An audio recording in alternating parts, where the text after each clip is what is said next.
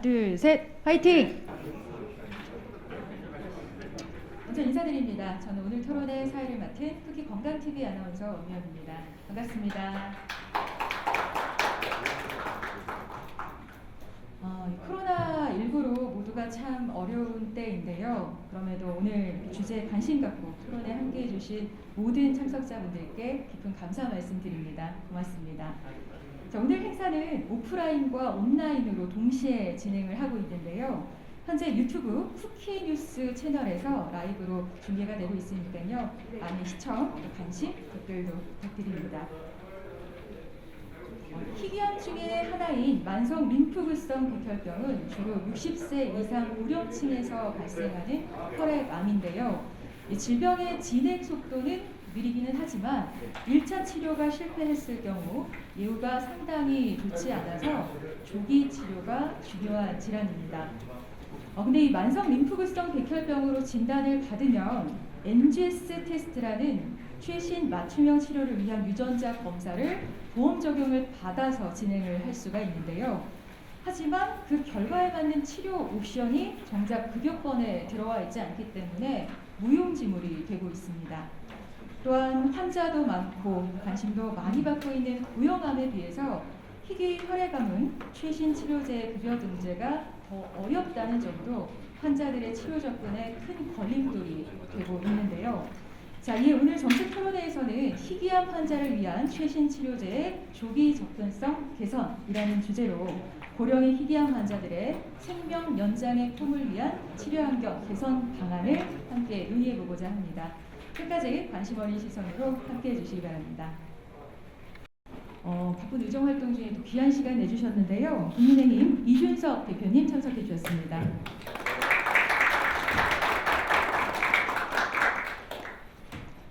네, 다음은 국민의힘 김기현 원내대표님 소개드립니다. 네, 반갑습니다. 자, 계속해서 오늘 토론회를 주최하신 국민의힘 백종원 의원님 소개드립니다. 반갑습니다. 자, 그리고 이번 토론회를 주관한 쿠키뉴스의 김지방 대표님 소개드립니다.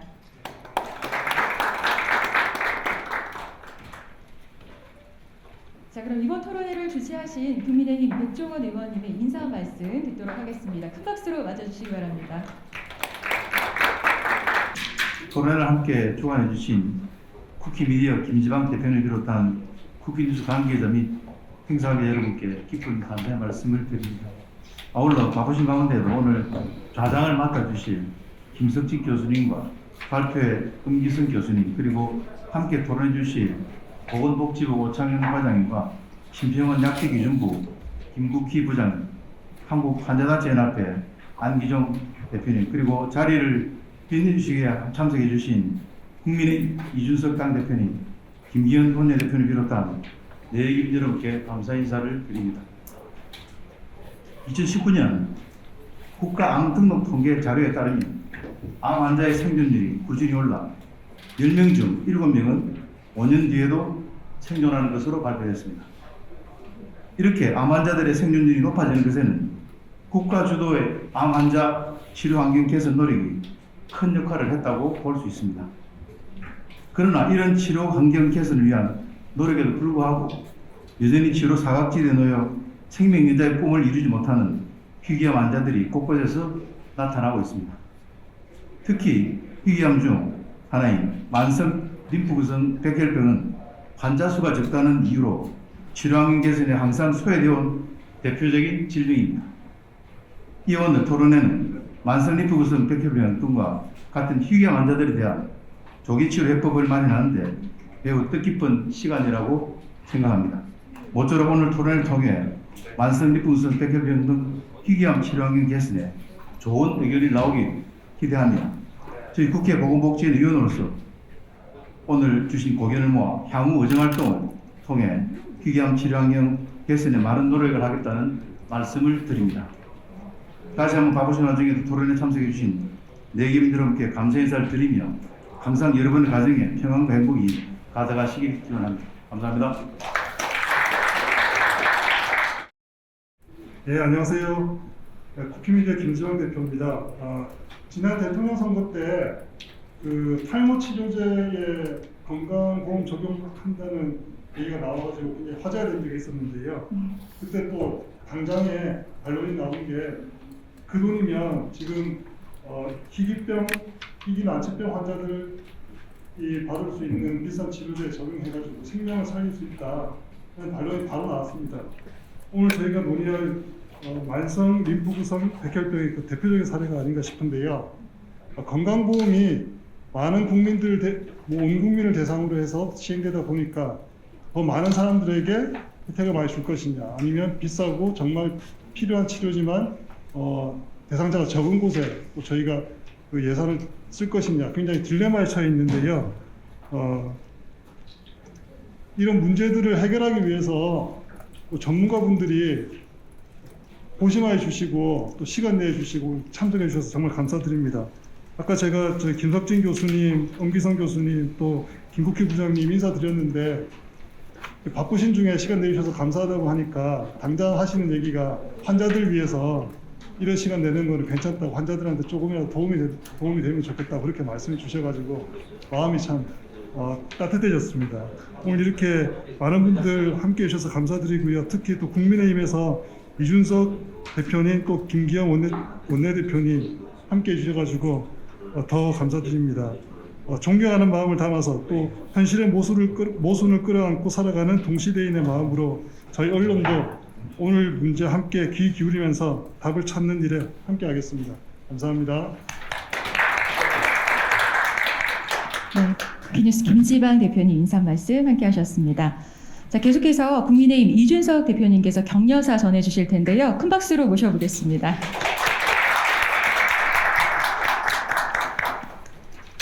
네, 안녕하십니까. 국민의힘 당대표 이준석입니다. 이 건강보험 사각지대에서 고통받고 있는 희귀암 환자 지원 방안을 모색하는 희귀암 환자를 위한 최신 치료제의 조기 접근성 개선 정책 토론회에 이렇게 열리게 된 것을 진심으로 축하드리고 또 늘 뜻깊게 생각합니다.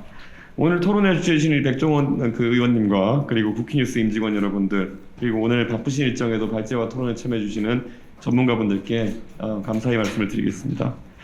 우리 사회가 이제 본격적으로 고령사회로 진입하면서 기대 수명이 지속적으로 증가할 것으로 예상됩니다. 그래서 연령이 증가하게 되면은 필연적으로 이런 질병에 대한 발병 위험도 커지는 것이고 이로 인한 부담도 증가할 수 있습니다. 대표적으로 만성 림프구성 백혈병은 국내에서 연간 신규 환자가 200여 명 내외일 정도로 매우 적은 그런 생소한 희귀암으로 알고 있습니다. 이미 건강 상태가 좋지 않은 고령 환자에서 재발이 잦고, 그래서 65세 이상 동반 질환이 있는 환자들은 상대적으로 질병의 진행이 빨라서 기대 여명이 짧다고 저는 알고 있습니다. 그래서 다행히 이제 활발한 신약 개발이 이루어지고 또 허가가 이루어지게 되면서 이런 한계점을 보완할 수 있는 치료제들이 국내에도 도입되어서 결국 그 환우들과 그리고 가족들에게 희망이 생기고 있는 건 사실이지만은 사실상 부담하기 어려운 약감 때문에 치료를 포기할 수밖에 없는 그런 어려운 상황도 늘고 있다고 들었습니다. 이 환자들의 생명 그리고 가족들의 희망이 걸린 중차대한 사안인 만큼 오늘 토론회가 희귀암 환자와 그 가족들의 어려움을 해소하기 위한 정책 방향성을 논의하는 열린 토론의 장이 되어서 현행 제도를 보완할 수 있는 대안이 나왔으면 하는 생각입니다. 이제 관심이라는 것이 오래 사는 것에서 기대 수명까지 건강하게 사는 것으로 갈수록 확장되고 있습니다. 그러기 위해서 저희 국민의힘은 희귀암 환자의 가족들과 그 환우들이 투병과 의료비로 이중고를 겪지 않도록 하는 것을 정책의 우선순위에 두려고 합니다. 그래서 그런 환경을 조성할 수 있도록 지원하는 방법을 우리 백종원 의원님께서 오늘 토론을 통해서 보완해서 당에 제안해 주십시오. 다시 한번 오늘 희귀암 환자를 위한 토론회, 그 최신 치료제 조기 접근성 문제를 위한 토론에 함께해 주신 분들께 감사드리면서 여러분 모두의 건승을 기원하겠습니다. 그리고 앞으로 당에서도 지속적인 관심을 바탕으로 해가지고 이 문제 지원하도록 하겠습니다. 다시 한번 감사드립니다. 네, 이준석 대표님께서 격려사 전해주셨고요. 계속해서 김기현 원내대표님께도 한 말씀 청해 듣도록 하겠습니다. 앞으로 모시겠습니다. 큰 박수 부탁드립니다.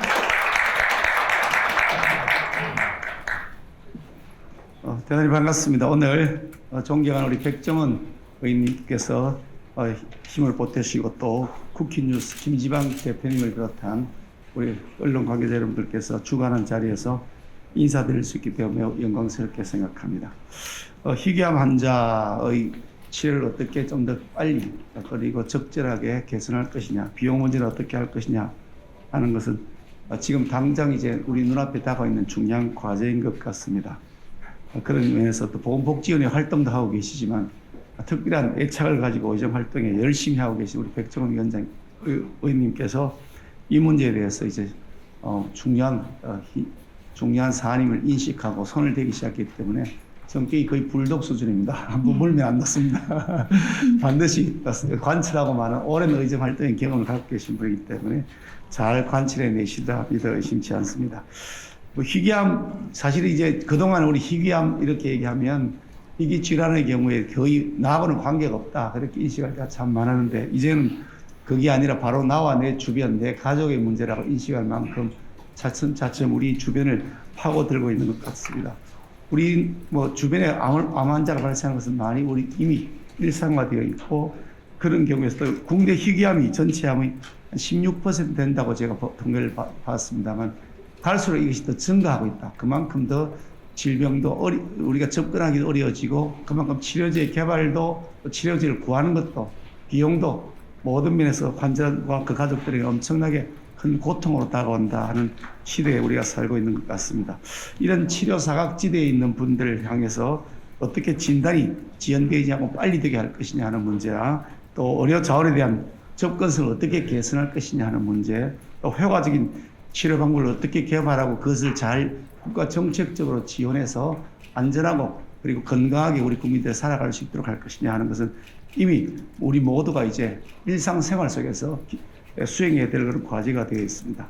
다행인 것은 윤석열 당선인께서 지난 1월에 대선 공약으로 아마 이 문제를 발표하신 것으로 알고 있습니다. 중증 질환 희귀암에 대해서 건강보험 적용을 하겠다 약속하신 것으로 알고 있습니다만 정말 아마 이게 가뭄의 단비처럼 중요한 그런 희소식이 아니었는가 하는 생각을 하게 됩니다. 정치를 하다 보면 그냥 조금씩이라도 많이 나눠주는 게 좋을 수도 있지만 또 그것이 과연 필요한 것이냐, 정말 적절한 것을 충분하게 지원하는 것이 중요한 것 아니냐, 그런 것들을 선택할 때 참 쉽지 않은 결정을 하게 됩니다만 표가 된다고 해서 무작정 나눠주는 방식이 아니라 정말 필요한 곳에 설사 표에 적은 도움이 된다 하더라도 정말 필요한 것에 충분하게 공급하는 것, 그것이 앞으로 국가가 해나가야 할 과제다 저는 그렇게 생각을 하고요. 그런 측면에서 본다면 최근에 치료제에 대한 조기 접근성 개선하기 위한 제도라든지 또 이 보험으로 커버하는 것이라든지 하는 것은 빨리 해야 될 숙제라고 생각합니다. 공약이 잘 실천될 수 있도록 저도 힘을 보태도록 하겠습니다. 함께 하신 모든 분들에게 희망의 소식이 들려지는 좋은 자리가 되시길 바랍니다. 축하드립니다. 고맙습니다. 네, 따뜻한 말씀 감사합니다. 자, 발표 시작하기 앞서서 교수님 소개를 먼저 좀 드릴게요. 교수님께서는 가톨릭대학교 의과대학 대학원에서 석박사 과정을 마치신 후에 서울 성모병원 가톨릭 혈액병원 만성백혈병 센터장을 역임하셨고 현재는 혈액내과 과장, 림프골수정 센터장, 진료위원장을 맡고 계십니다. 큰 박수로 맞아주시기 바랍니다.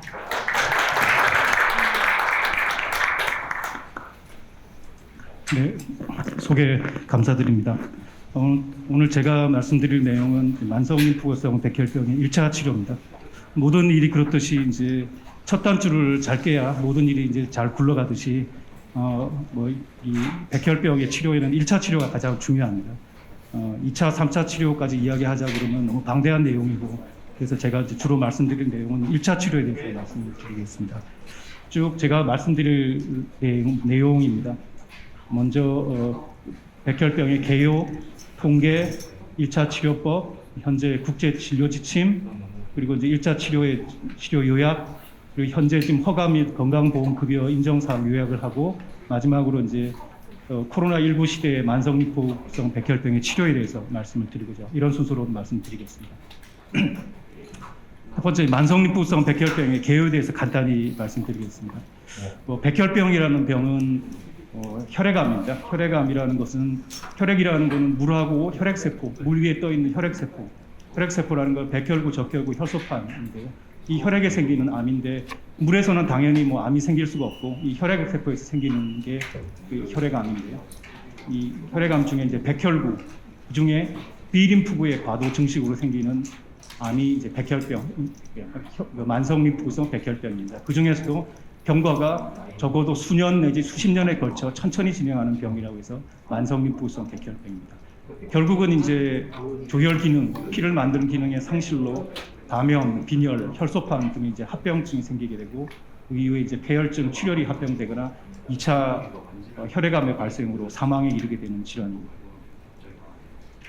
이런 만성 림프성 백혈병은 다른 일반 백혈병과 달리 모든 환자가 진단이 되면 치료하는 것은 아닙니다. 2018년도에 이제 이 만성 림프성 백혈병을 보는 전문가들이 이런 모든 환자들이 치료받는 건 아니고 어떤 경우에 치료를 받으라는 이런 가이드라인을 만들었습니다. 그 이유는 이런 다음과 같은 이유 때문입니다. 왜냐하면은 3분의 1 만성 림프성 백혈병의 3분의 1의 환자는 어쩌면 뭐 평생 치료가 필요 없는 정도로 아주 미미한 경과를 보이기 때문에 그렇고요. 그러니까 평생 치료가 필요 없는 환자인데 쓸데없는 치료를 가할 수 있기 때문에 그냥 일정한 경우를 상황을 보이는 경우만 치료를 하라고 가이드라인이 만들어졌습니다. 그 나머지 3분의 1은 진단 시 또는 진단 직후에 이제 치료가 필요한 거고요. 나머지 3분의 1은 처음에는 치료가 필요가 없었으나 나중에는 이제 질환의 진행으로 치료가 필요한 경우입니다. 그리고 이제 이 만성 림프성 백혈병이 우리가 이제 저희 흔히 이제 뭐 경과가 수년 또는 수십 년이라고 말하지만 실제로는 뭐 짧은 사람들은 진단 직후에 치료를 받게 되고 곧 뭐 심한 경우는 사망에 이르기 때문에 뭐 짧게는 수개월, 길게는 수십 년에 걸쳐서 매우 다양한 임상 경과, 생존 기간을 보이는 아주 그 불균질한 임상 경과를 보이는 질환입니다. 그래서 만성 림프구성 백혈병 워크숍에서 이런 경우에 한해서만 치료를 하라고 되어 있습니다. 아까 말씀드렸다시피 이런 치료의 개시에 대한 치료 지침을 만든 이유는 3분의 1은 평생 질환이 진행하지도 않을 수도 있고 진행이 될 경우 치료하나 처음 진단 아무 증상 없이 치료할 경우나 치료 성적이 크게 차이가 없습니다. 즉 고형암과 달리 조기 치료를 해도 아무 장점이 치료에 이득이 없기 때문에 꼭 이런 질병 진행의 증거가 있을 때만 치료하라는 게 이제 지침으로 만들어져 있는 상태입니다. 그래서 이제 이런 만성 림프구성 백혈병의 예후에 영향을 미치는 인자는 뭐 이런 것이 있습니다. 제가 이걸 말씀드리는 이유는 앞으로 여러 번 이야기가 나올 텐데요. TP50 유전자가 17번 염색체에 단환에 있습니다. 이게 있거나 이게 있으면 예후가 굉장히 안 좋습니다. 조금 치료에 이게 중요한 영향을 미치는 인자이기 때문에 이걸 좀 말씀을 드리겠습니다. 그리고 면역 글로불린 중사슬, 영어로는 헤비체인이라고 그러는데요. 거의 가변 영역에 돌연변이가 있으면 아주 좋은 겁니다. 이것도 이제 치료에 영향을 미치는 인자이기 때문에 좀 말씀을 드리겠습니다.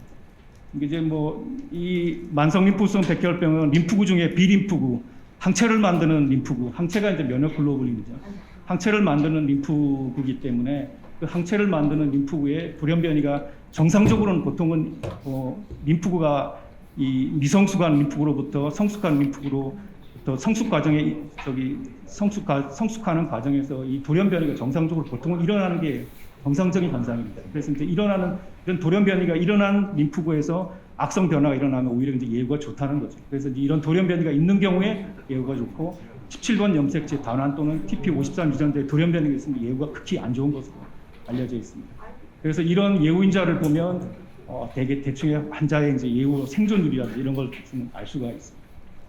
이런 예후인자를 보면 심지어 이런 예후인자가 전혀 없는 경우, 위험군이 하나도 없거나 하나만 있는 경우는 10년이 지나도 치료를 안 하고 그대로 머물러 있을 확률이 거의 70%에 가까이 육박하는 등 이런 환자들은 아마도 3분의 1은 평생 치료를 하지 않고 지내는 환자들이 있는데 거기에 가까운 확률이 있다는 걸 정확하게 예측은 못하겠지만 거기에 가깝지 않을까 그렇게 판단이 되고 있습니다.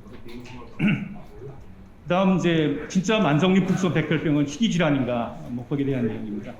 이게 이제 이 표를 보시면 이쪽이 남성이고요, 남성 발생률이고 이쪽 여성 발생률입니다. 이쪽이 이제 서구에 있는 나라고요, 서구에 있는 쪽 나라고 이쪽이 이제 이쪽으로 올수록 동양에 있는 나라인데 한국은 여기 정도에 해당합니다. 남성이 0.2명, 여성은 0.1명 이 정도로 굉장히 발생률이 낮습니다. 그리고 보면 연간 발생률을 10만 명당 따져보면 백인은 300명당 3.9명, 흑인은 2.8명인데 그래서 한국 사람은 0.11명 정도고요. 백인이 그러니까 한국 사람에 비해서 35배 정도 더 많이 발생하게 되고요. 그다음에 그 발생 연령을 보면 서양은 보통 60세, 거의 70세 정도에서 중위값 정도 발생하는 걸로 되어 있고 한국은 조금 젊은 연령에서 발생하는 걸로 되어 있습니다. 60세 정도로 되어 있습니다. 그리고 지금 이제 발생 빈도를 보면 여기가 지금 가장 최근에 나온 통계이긴 합니다. 발생 빈도를 보면 10만 명당 발생 빈도가 1999년도에는 0.19명이었습니다. 그렇지만 2012년에는 0.31명으로 증가됐습니다. 이게 증가된 원인을 이제 확실히 이제 희귀병이긴 하지만 증가한다는 건 틀림없는 것 같은데요.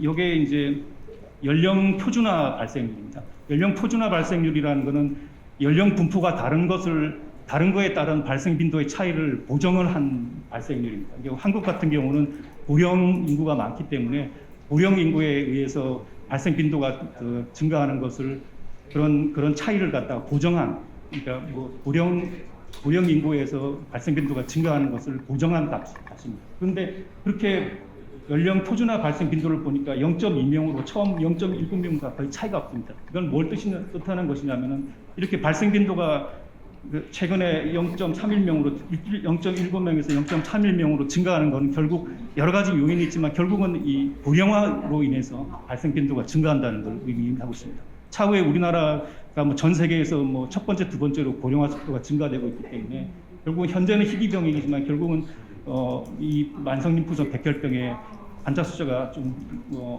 많이 늘 거라는 건 알 수가 있을 것 같습니다. 그래서 대충 따져보면 현재 2012년 통계이긴 하지만 0.31명에다가 대충 5천만 명 인구를 곱하면 연간 한 155명, 현재는 이거보다 더 많을 거라고 생각이 되고요. 2022년 건강보험심사평가원 추정치로는 현재 한 1,900명 정도의 환자가 유병하고 있을 것으로 판단이 되고 있습니다. 그래서 인구 5천만 명 중에 2,000명 이하의 환자면 뭐 희귀병인 거는 희귀질환인 것은 틀림없는 것 같습니다. 그다음에 현재 이제 만성림프성 백혈병의 치료의 개요입니다. 아직까지 이게 생존 곡선입니다. 이게 이제 재발 진행하지 않고 생존해 있는 곡선을 뜻하는데 생존 곡선이 이 환자들은 지금 이제 재발하지 않고 생존해 있는 그 환자들의 생존 곡선을 이야기하고 있는 겁니다. 이게 이제 기존에 우리 많이 쓰던 항암 화학 면역요법이고요. 이게 이제 최근에 많이 쓰고 있는 그 BTK 억제제라는 아이프루틴이라는 약인데 무진행 생존 곡선이 보면 끊임없이 이렇게 시간이 지남으로서 일직선이 되지 않고 계속 떨어지고 있는 것을 볼 수 있습니다. 그러니까 이것만 가지고는 완치가 지금 현존하는 약물요법으로는 완치가 어렵다는 것을 이야기를 하고 있습니다. 이거를 뭐냐면 우리가 지금 이런 전체 생존율을 이야기하는 게 아니라 완전 무진행 생존율을 이야기하는 거는 무진행 생존율을 왜 이야기하느냐면 완전 아까도 말씀드렸지만 완전 생존율은 뭐 재발 여부에 유무에 상관없이 생존하고 있는 거고요. 무진행 생존율은 병이 진행하지 않고 생존하는 걸 하고 이야기하는데요.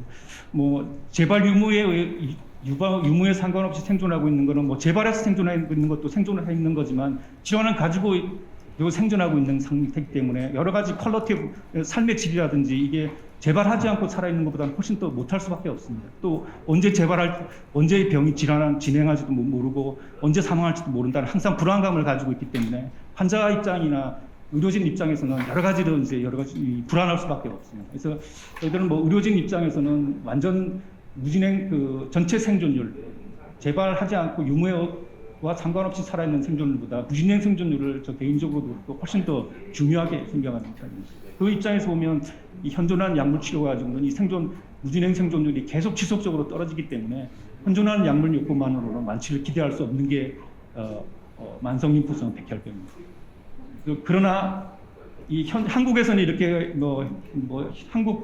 한국이나 아시아에서는 굉장히 드문 백혈병이지만 혈액암이지만 희귀병이지만 서구에서는 역설적으로 가장 흔한 백혈병이 혈액암이 만성림프성 백혈병입니다.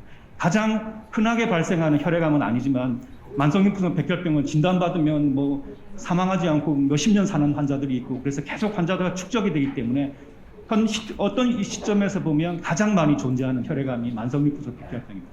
그래서 뭐 서구에서는 자본도 충분하고 개발력도 가장 뛰어나기 때문에 그래서 서구에서는 환자가 가장 많기 때문에 가장 활발하게 그 치료제가 개발되고 임상시험도 진행되는 게 만성 림프구성 백혈병입니다. 그래서 지금 현재 한국에는 환자가 희귀하고 뭐 환자가 별로 없지만 그 임상시험 약들이나 새로운 개발제들이 꾸준히 들어와서 국내에 도입돼서 임상시험이 시도되고 있는 질환 중에 하나입니다. 만성 림프구 백혈병의 1차 치료를 뭐 요약하면 항암화학요법, 면역항암화학요법, 그다음에 표적치료제 뭐 이런 것들이 있습니다. 뭐 항암화학요법은 기존에 이제 만성 림프구 백혈병의 생존 기간을 연장시킨 거하고는 별로 상관이 없다, 못한다고 해서 별로 지금 현재는 의미가 없고요. 면역항암화학요법 중에 이제 생존 기간을 최초로 연장시키는 요법이 이제 조금 이따 말씀드리겠지만 FCR 요법, 그다음에 이제 GCLE 요법 이런 게 있습니다. 그리고 표적 치료제는 아이브루티닙하고 그 베네토클락스라는 항세포 억제제하고 오비누투츠맙이라는 약을 병용한 요법들이 이제 1차 치료로 지금 현재 뭐 국내외에서 쓰이고 있습니다. 첫 번째로 이제 면역항암화학요법입니다. 국내에서 지금 현재 쓰이고 있는 1차 요법으로 쓰이는 표준 요법인데요. 해포 독성 항암제인 이 플루다라빈이라는 플루다라빈과 사이클로포스파마이드라는 약과 이투시맙이라는 단일 클론 항체 약물을 병용하는 거고 이렇게 쓰이고 있습니다. 반응률은 굉장히 좋습니다. 전체 환자가 한 95%가 완전 반응을 일단 이 항암제의 반응을 보이고요. 진행까지 중립값이 58개월. 그러니까 전체 환자의 일단 반응을 보인 환자 중에 한 100명이 있다고 그러면 그 중에 51번째까지 환자가 진행할 때까지 그 기간이 보통 한 58개월, 4년 반 이상이 걸린다는 거죠. 그렇게 걸리고 5년 전체 생존율은 79%, 5년째 질병이 진행하지 않고 재발하지 않고 있는 환자들이 약 절반 정도 된다는 거죠.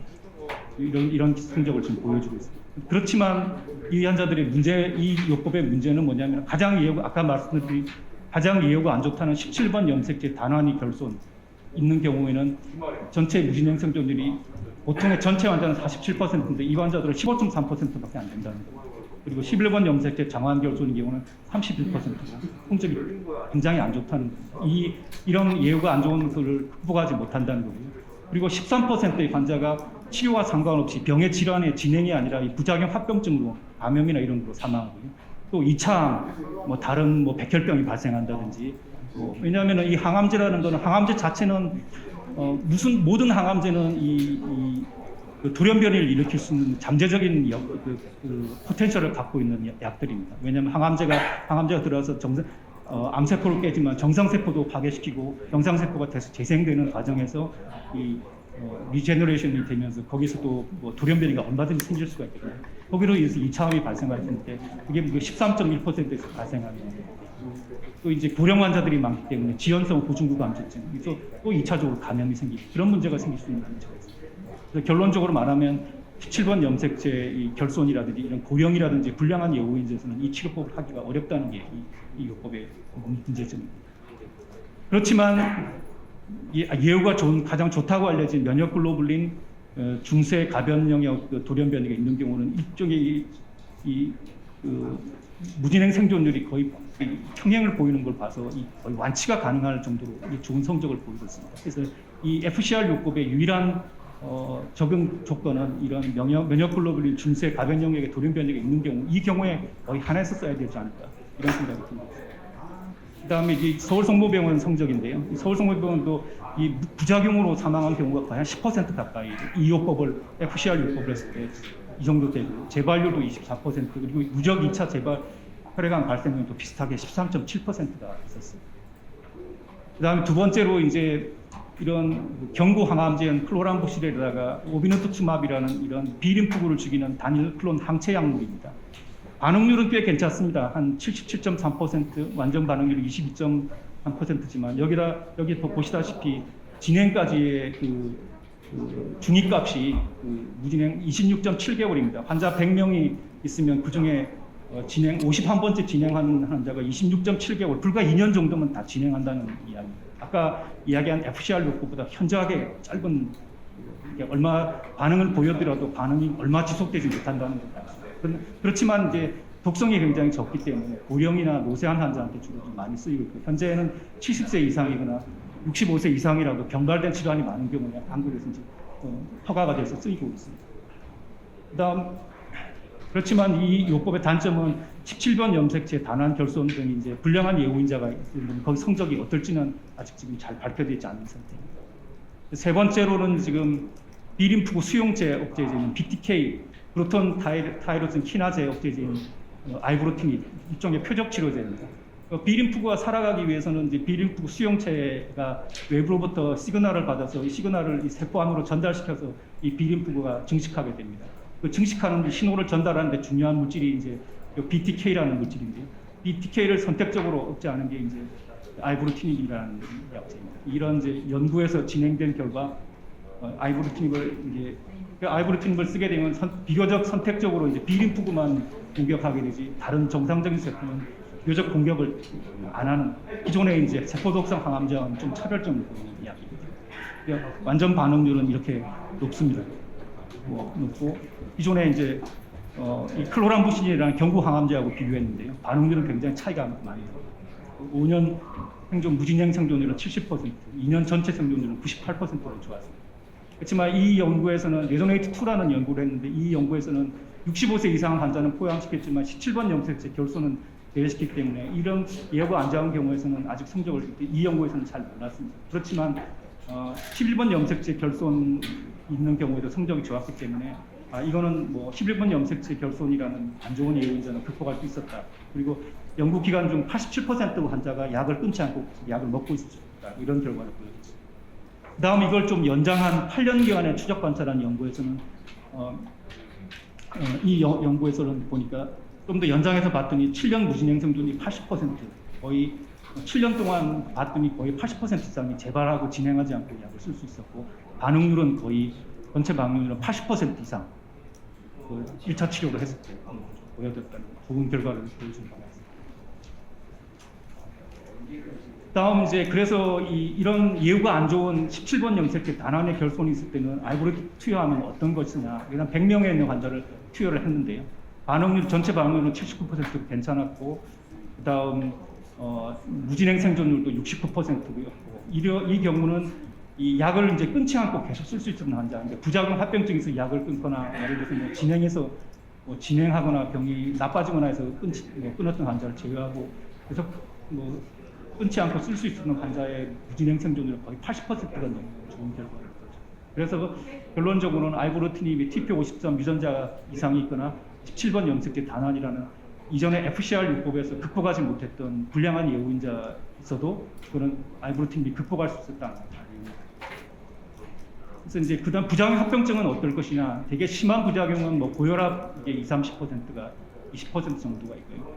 이게 있습니다. 이런 쪽 있지만 고혈압을 제외하고는 대개는 시간이 지나면 이런 부작용은 되게 감소하는 걸로 되어 있고요. 대부분의 경우는 영리하지만 조절 부작용 가능한 부작용이고 있는 것으로 보입니다.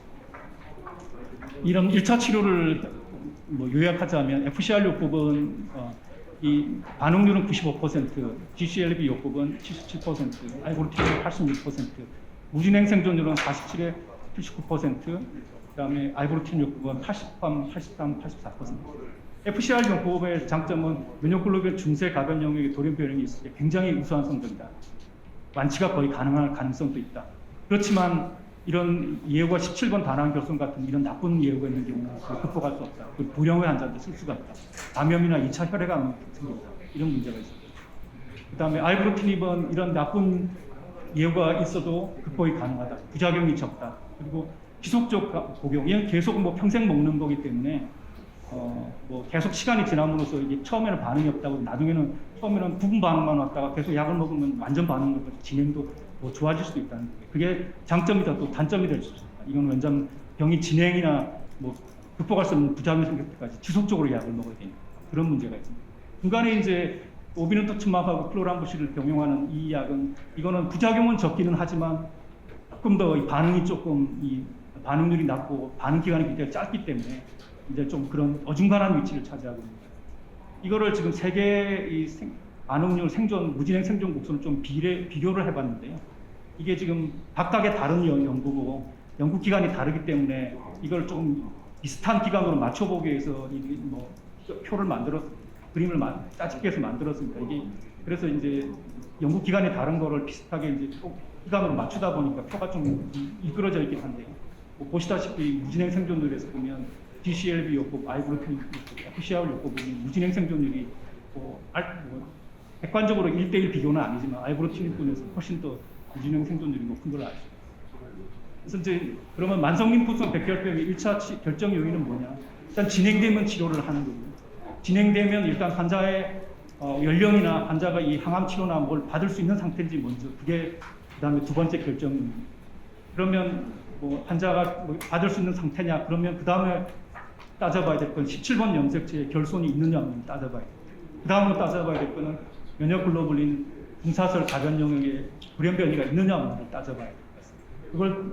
그걸 따져서 이제 이게 이제 미국의 뭐 NCCN 가이드라인이라고 아마 혈액내과 의사들이나 종양내과 의사들이 가장 많이 참조하는 뭐 가이드라인, 전미 종합 뭐 암 네트워크라고 번역을 해보고 있는 건데 첫 번째 이제 이 경우는 이제 17번 염색체에 단환의 결손이 있는 경우, 없는 경우는 65세 이상이거나 아니면 65세 이하인데도 여러 가지 변발된 질환, 또 컨디션이 좀 안 좋은 경우입니다. 그때 해볼 수 있는 요법이 가장 권유하고 있는 요법이 아칼라브루티닙 플러스 오비누투즈마브. 이게 아이브루티닙하고 비슷한 이제 그 이후에 개발된 이제 BTK 억제제입니다. 오비누투즈마브라는 아닐크론 항체 약을 권유하는. 그다음에 아이브루티닙, 그다음에 베네토클락스 플러스 오비누투즈마브, 자누브루틴이라 이런 약들이 이제 권유하습니다. 이것도 BTK 억제제, 가장 최근에 개발된 BTK 억제제입니다. 그렇지만 현재 아칼라브루틴과 자누브루틴은 국내에 도입되지 않았습니다.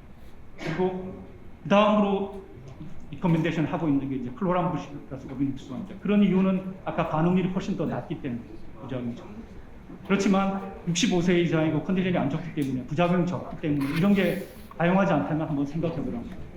그 다음에 65세 이하하고 변발된 질환이 있고 아주 컨디션이 좋은 경우에도 역시 권유하고 있는 것은 아칼라브루틴입니다. 아르브루틴입니다. 왜냐하면 이거보다 FCR 요법보다 성적이 훨씬 더 좋기 때문입니다. 컨디션에 상관없이 성적이 더 좋기 때문입니다. 그래서 지금 그런데 마찬가지로 아칼라브루틴이니까 자노브루틴은 국내에 도입지 않기 때문에 선택지는 뭐 아이브루틴이죠. 그 다음에 리커멘데이션 하는 게 FCR 요법.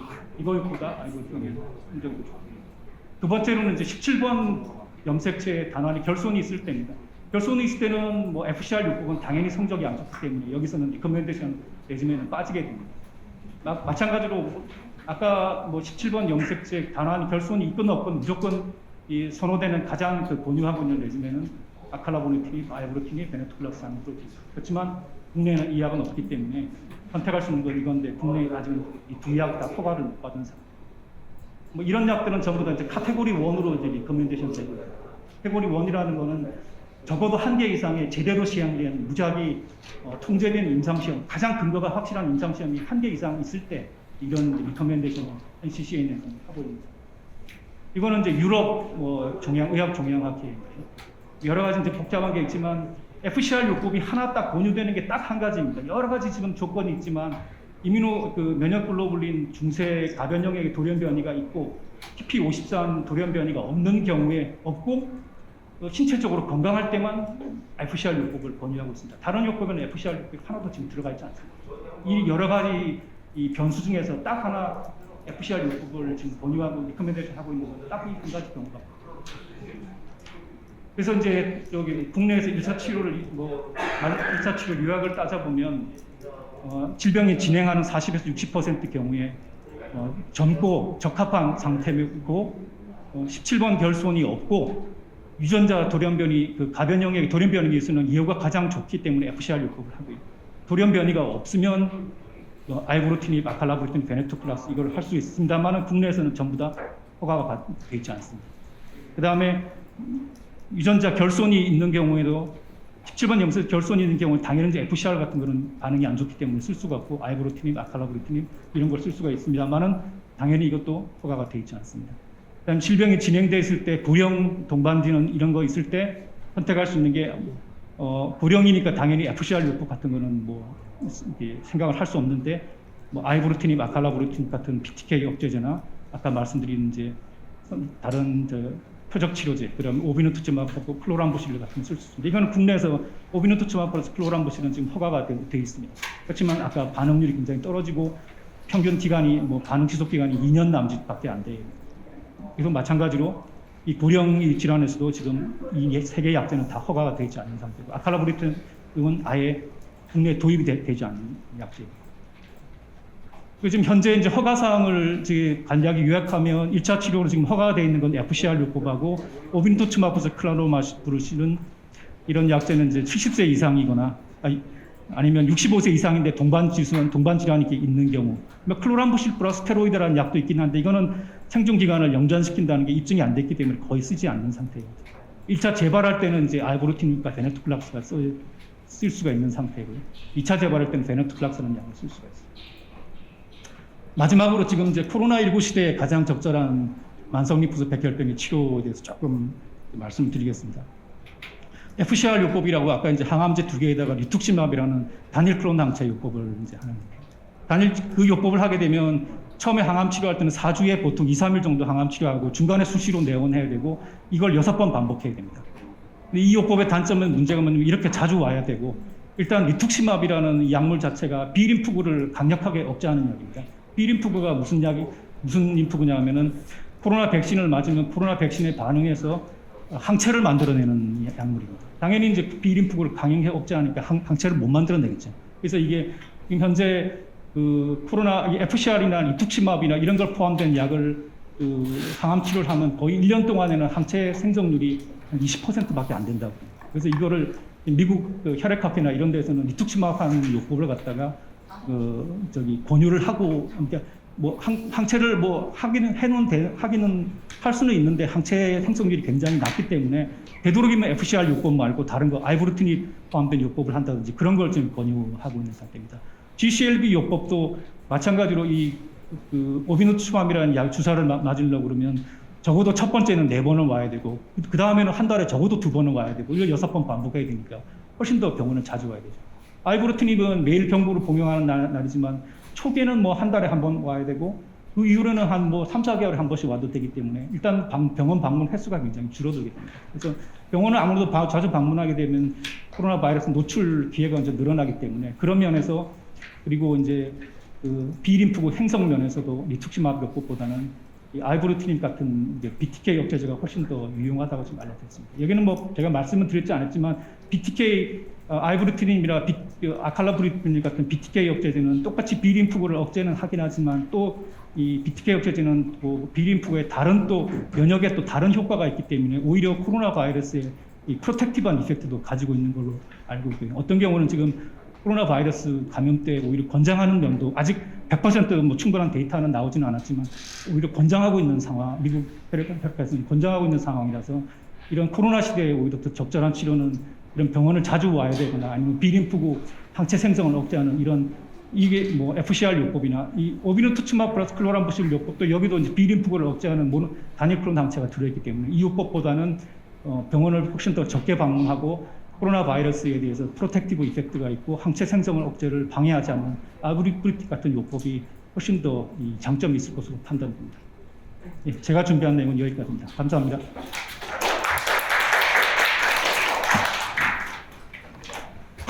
자, 이제 패널 발표와 토론 이어가 보도록 하겠습니다. 우리 토론 함께해 주실 패널분들과 자장님 중앙 자리로 모시도록 하겠습니다. 고려대 내과학 박사과정을 마치신 후 현재는 대한조혈모세포이식학회 임상연구위원장, 대한혈액학회 림프종연구회 위원장, 삼성서울병원 미래의학연구원 연구전략실장으로 재임 중이십니다. 한 박수로 맞아주시기 바랍니다.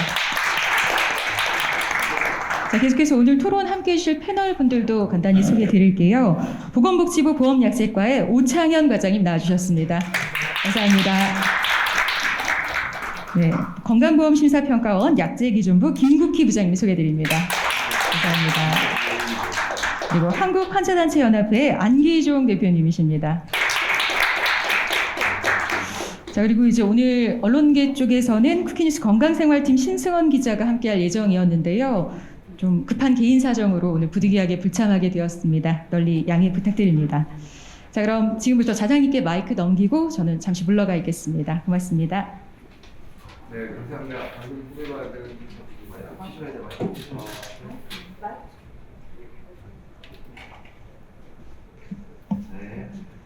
네, 다시 하겠습니다. 감사합니다. 방금 소개받은 김석진입니다. 오늘 이런 정책 토론회 자리에 바쁘신 중에도 많으신 분들이 참석해 주셔서 희귀암 환자를 보고 있는 의료진의 한 사람으로서 우선 정말 감사하다는 말씀을 드리고 싶습니다. 오늘 처음 서두에서 백종원 의원님께서 말씀하신 것처럼 희귀암 환자들은 사실은 의료의 사각지대에 놓여 있는 경우들이 많이 있습니다. 그래서 오늘 이 자리가 희귀암 환자들에게 그 최신 그런 치료제가 조기에 접근이 될 수 있도록 그걸 개선하자는 그런 정책 토론 자리인데, 이거를 더 쉽게 표현한다면 희귀암 환자들이 최신의 좋은 약들을 적절한 시점에서 효율적으로 치료받을 수 있는 그런 자리를, 그런 기회를 많이 만들어내는 그 부분에 대해서 토론하는 자리가라고 생각합니다. 그리고 사실 서두에서 이준석 대표님도 말씀하셨지만, 우리가 암으로 진단받고 몇 년을 사는 것도 중요하지만 그 사는 기간 동안의 삶의 질도 굉장히 중요합니다. 간단한 예를 들었을 때 똑같은 암으로 진단받은 A라는 환자와 B라는 환자가 있을 때, A라는 환자는 10년 동안 생존을 하시면서 여러 차례 재발을 하시고 그 과정 중에서 병원에 입퇴원을 반복하시고 합병증으로 여러 치료를 받으시고 또 여러 가지 약제를 계속 바꿔가면서 투약받으시면서 10년을 사신 분이 계실 수 있고, 반면에 B라는 환자는 비교적 조기에 적절한 치료제를 효과적으로 받게 돼서 10년 동안 사시면서 중간에 특별한 여러 가지 어떤 재발이나 이런 문제가 덜 발생하시면서 자신의 사회적인 활동을 충분히 하시면서 생존한 경우가 있을 때, 두 분의 생존 기간은 동일하지만 그 삶은 전혀 다른 것이라고 생각합니다. 그런 차원에서도 오늘 이 정책 토론회에서 우리가 그 의료의 사각지대에 놓여 있는 희귀암 환자들에게 정말 효과적인 그런 치료법들이 적용될 수 있는 그런 계기가 될 수 있었으면 좋겠습니다. 그래서 오늘 지금 사회자님께서 소개해드린 순서에 따라서 패널 분들의 그 의견과 입장 발표를 먼저 듣는 시간을 갖도록 하겠습니다. 먼저 오창현 보건복지부 보험약제과 과장님께서 말씀해 주시겠습니다. 네, 안녕하세요. 방금 소개받은 복지부 오창현입니다. 우선 토론회를 개최하고 초청해 주신 백종원 의원님과 쿠키뉴스 관계자분들께 감사를 드립니다. 그리고 희귀질환으로 힘든 생활을 하고 계시는 환우분들께는 송구스럽다는 말씀을 드립니다. 발제해 주신 교수님을 비롯해서 이미 여러분들 알고 계시겠지만 보험 약품의 급여 정책의 목표는 한정된 재원을 바탕으로 적정한 보험 급여를 실시함으로써 국민 건강을 증진하는 데 목표가 있습니다. 그간 정부에서는 암, 희귀 난치 질환에 대하여 보장성 강화 정책은 주요 국정과제로 발표가 되었고 지속적으로 추진을 하고 있습니다. 정부의 보장성 강화 정책 틀 안에서 약제의 급여 보장성도 지속적으로 강화해 오고 있습니다. 고가의 중증 질환 치료 신약의 보험 등재를 적극 지원하기 위해서 여러 가지 제도들이 뒷받침되었는데요.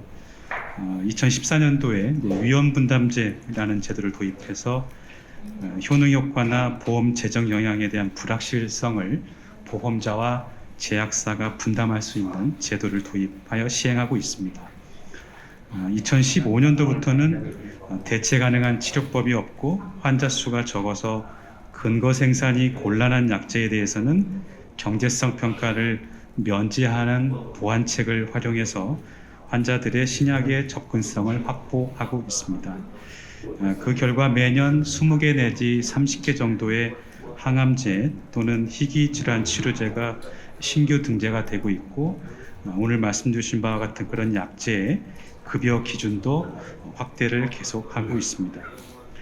2020년도 통계를 보면 항암제의 약품비 청구액이 1조 9천억 정도 되고요. 희귀약품은 한 6,100억 정도 됩니다. 합해서 한 2조 5천억 정도 됩니다. 약품비 비율로 보면 약 12.5% 정도이고 고가 신약이 최근에 계속 등재가 되고 있어서 앞으로 좀 증가할 것으로 예상은 하고 있습니다.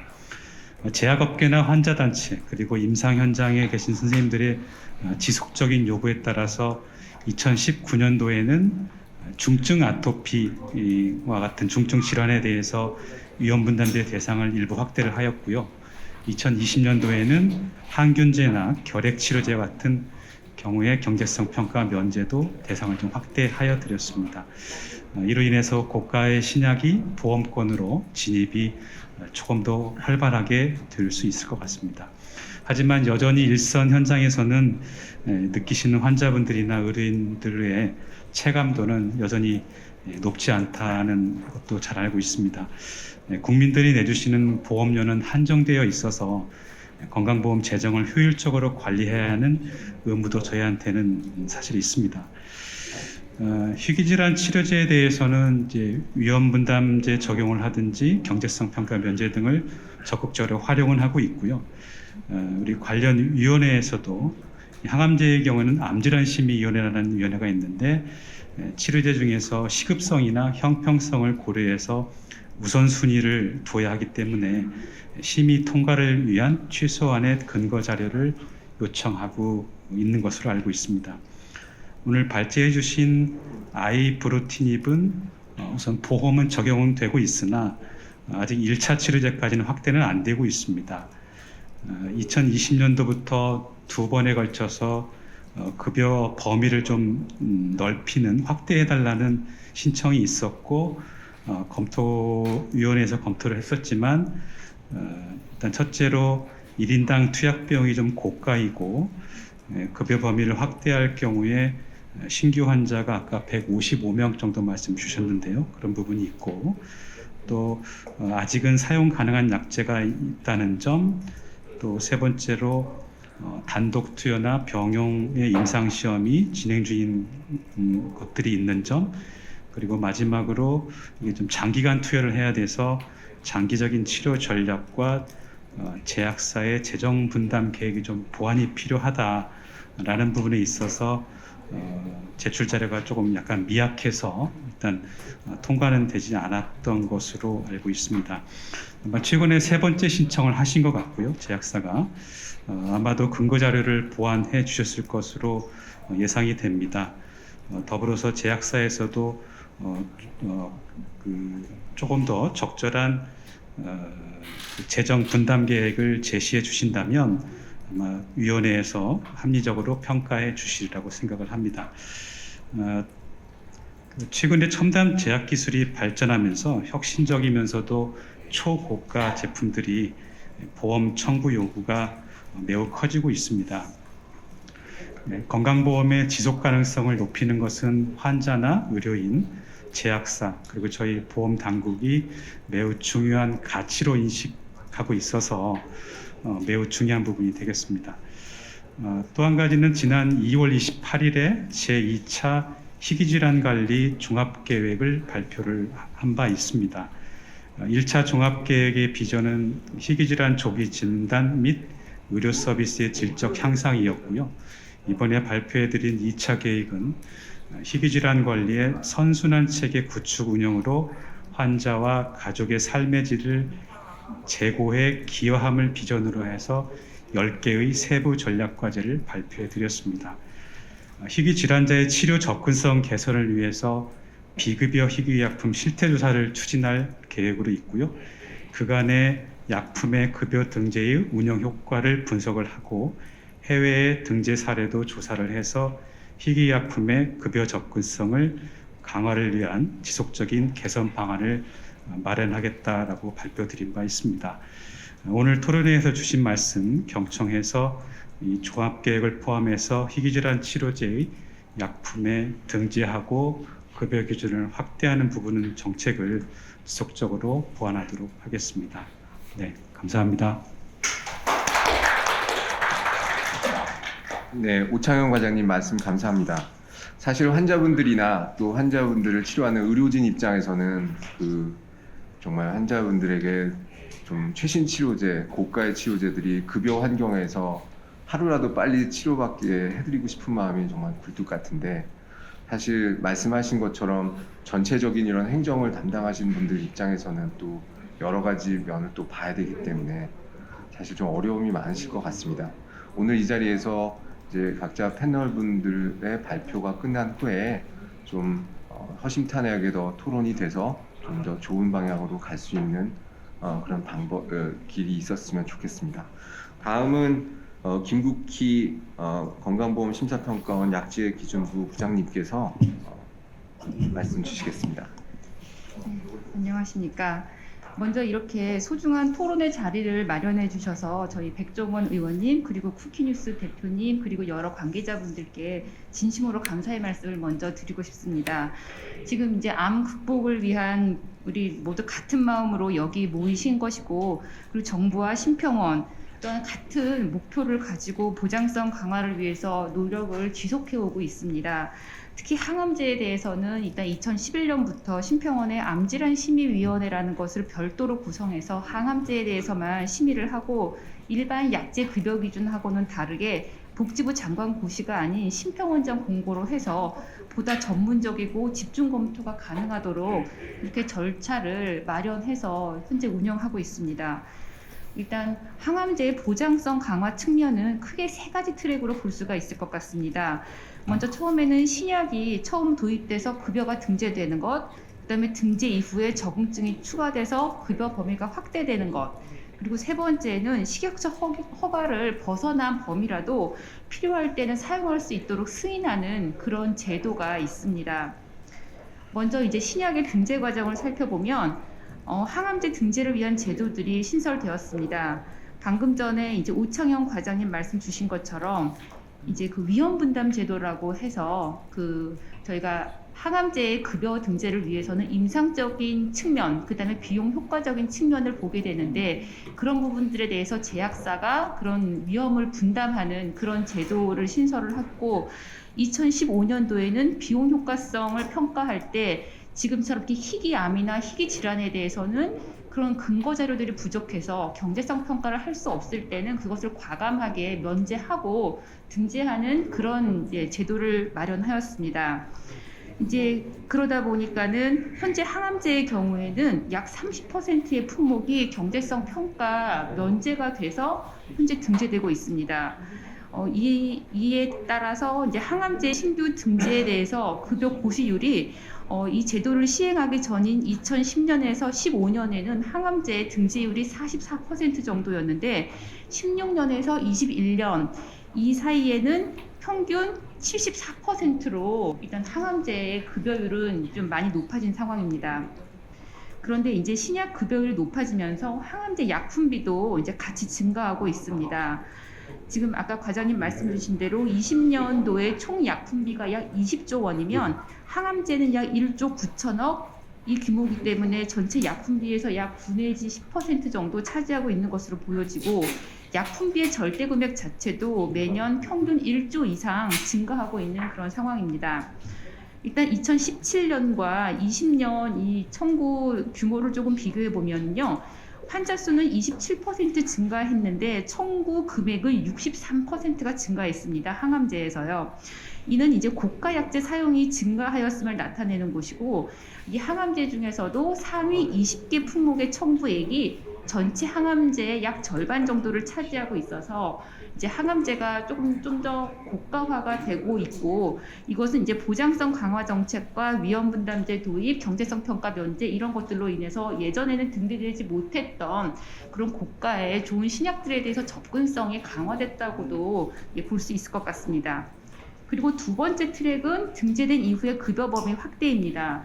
식약처 허가가 추가되거나 아니면 새로운 임상 근거가 추가되는 경우, 그리고 이제 비용 효과성 입증을 못해서 확대가 못 되었는데 제약사가 가격을 인하하면서 다시 추가적으로 확대 신청하는 경우, 이런 경우 등이 있겠습니다. 최근에는 적응증을 한두 개 정도 적응증으로 식약처 허가를 받아서 등재되었다가 여러 적응증이 추가되거나 아니면 2차, 3차 약제로 좁은 범위의 환자 대상으로 등재했다가 이제 1차나 이런 선행 치료법으로 이제 확대하는 그런 추세가 두드러집니다. 아시다시피 이제 특히 면역 항암제의 경우에는 광범위한 적응증으로 계속 확대되고 있는 중이고 현재는 신약 등재보다도 이 급여 확대의 검토권이 훨씬 더 많은 상황입니다. 그리고 이제 세 번째는 말씀드린 대로 식약처 허가 범위 외라도 필요한 경우 사용할 수 있도록 승인하는 제도입니다. 지금 이제 급여로 등재된 약제이지만 허가 범위를 총괄해서 사용이 필요한 경우에는 요양기관에서 다학제적 위원회 심의를 거쳐서 심평원에 승인 신청하면 이때 필요하다고 인정되는 경우에는 전액 본인 부담으로 사용이 가능하고 긴급한 사용이 필요한 경우에는 먼저 약제를 사용하고 추후에 신고하도록 해서 허가가 초과된 범위라도 필요한 경우는 신속하게 사용하실 수 있도록 저희 심평원에서 이 승인 절차를 또 운영하고 있습니다. 이렇게 이제 식약처 허가를 초과한 약제는 이렇게 추후에 사용한 내역을 평가해서 급여 전환이 필요하다고 하면 일부 본인 부담으로 전환까지도 지금 시행하고 있습니다. 매년 이 허가 초과 승인 신청이 증가하고 있는 추세이고요. 2015년 대비 20년을 보면 약 2.4배가량 이 허가 초과 승인도 지금 증가하고 있습니다. 이제 오늘 논의의 주제인 CLL 이 질병을 살펴보면 말씀 주신 대로 대부분 60세 이상에서 발병하고 또 비교적 장기간 투여해야 하는 특성이 있고 이런 것들을 고려했을 때 효과뿐만 아니라 안전성 그리고 삶의 질 또한 더욱 중요하다고 일단 보여집니다. CLL 치료제는 그간 세포독성 치료제 그리고 이제 FCR 아까 요법, 이제 가사이바 등의 면역 화학 요법 그리고 이제 그 이브루티닙과 같은 소분자 억제제로 발전해왔고 최근에는 이 소분자 억제제들끼리의 병용요법도 개발되고 있는 것으로 알고 있습니다. 분자 유전학적 정보를 바탕으로 해서 아까 말씀 주신 것처럼 뭐 유전자의 결함 이런 것들 환자들의 위험도에 따라서 세분화한 투여가 가능해지고 또 복용하기 수월하고 부작용이 적은 여러 가지 신약이 계속 출시되고 있고 치료 차수가 확대되고 병용요법이 추가되는 이런 치료 옵션이 계속 증가하는 것은 정말 바람직하고 고무적인 일이라고 생각을 합니다. 그런데 이제 보험급여 약제는 임상적으로 당연히 효과가 있고 유용해야 되지만 또한 비용 효과적이어야 한다는 측면이 있습니다. 그렇다 보니 이제 약제가 여러 개가 있다 보니 이제 어떤 것을 먼저 우선으로 사용하는 것이 전체적으로 환자의 생존 면에서 이득이 있을지도 고민을 해봐야 될 것 같습니다. 그러다 보니 이것은 이제 그 아까 무진행 질병 생존 기간 외에도 이제 장기적인 아웃컴, 그러니까 생존 기간의 연장과 같은 장기적인 아웃컴에 대한 고려가 필요하고 이런 것들을 고려한 비용 효과성이 이제 검토가 필요한 것입니다. 이 비용 효과성 측면에서 이제 검토를 하게 되면 정부나 심평원의 노력 외에 제약 업계도 또한 그런 노력이 필요한 것입니다. 이 비용 효과성을 보기 위해서는 아까 효과 비교에 대한 그런 데이터를 계속 입증해내고 만들어야 되기도 하고 가격 인하 이런 위험 분담을 하려는 그런 재정 분담의 노력이 필요하기 때문입니다. 최근 개발되는 신약들은 생존기간 연장 효과 입증은 아직까지 미성숙 상태인데 초고가인 경우가 많습니다. 그래서 효과와 비용 효과성을 둘러싼 불확실성은 더욱 커지고 있어서 신약 등재와 더불어서 이 결과에 따라서 출고 전략도 이제는 많이 고민을 해야 되는 시점이라고 보여집니다. 따라서 지속 가능한 보장성 강화를 위해서는 저희도 적극적인 급여화를 진행을 하지만 이제는 그 리얼월드 데이터를 활용한 사후 관리 측면도 좀 더 정밀해지고 이런 것들이 함께 노력을 해야 할 시점이라고 생각을 합니다. 네, 감사합니다. 네. 다음에는 그 한국환자단체연합회 대표를 맡고 계신 안기종 대표님께서 입장 발표를 해주시겠습니다. 예. 그 보통 토론회 하게 되면 이제 저희 같은 사람이 먼저 이야기를 하고 보통 이제 보건복지부나 건강수사평가원에서 보통 이야기를 해야지 되는데 이제 바뀌어가지고 저 할 이야기를 이제 두 분 패널께서 하셔가지고 제가 사실 또 반복해야 될 것 같아서 좀 당황스러운 상황입니다. 그런데 그래서 저는 아마 저를 불른 이유는 전문가 시각에서가 아니라 이제 환자 가족으로서 아마 경험과 또 현장에서 많은 환자들을 만나고 특히 요 만성 림프구성 백혈병 환자들 또 제가 굉장히 많이 상담하는 이제 환자 중에 하나이기 때문에 아마 그래서 저를 초대했다고 생각하고 그 관점으로 좀 한번 이야기를 해보도록 하겠습니다. 그리고 한 가지 이제 먼저 이게 대선이 끝나고 첫 번째 저희 토론회라서 제가 약간 환자를 뭐 대표할 수는 없겠지만 대변해서 국민의당에게 잠깐 이야기할 게 좀 있긴 있습니다. 그 대선에 뭐 여러 가지 이슈가 많이 있었지만 뭐 대선에 건강보험 관련된 각종 이제 정책들 공약들이 많이 있었는데 어떤 곳에서는 뭐 심는다는 공약도 있었고 어떤 곳에서는 이제 상한제 그런 있었는데 국민의힘 그다음에 이제 윤석열 당선이 이제 저희들 판단에는 그런 용어를 쓴 적은 없지만 살린다 공약을 저는 해줬다고 생각되시거든요.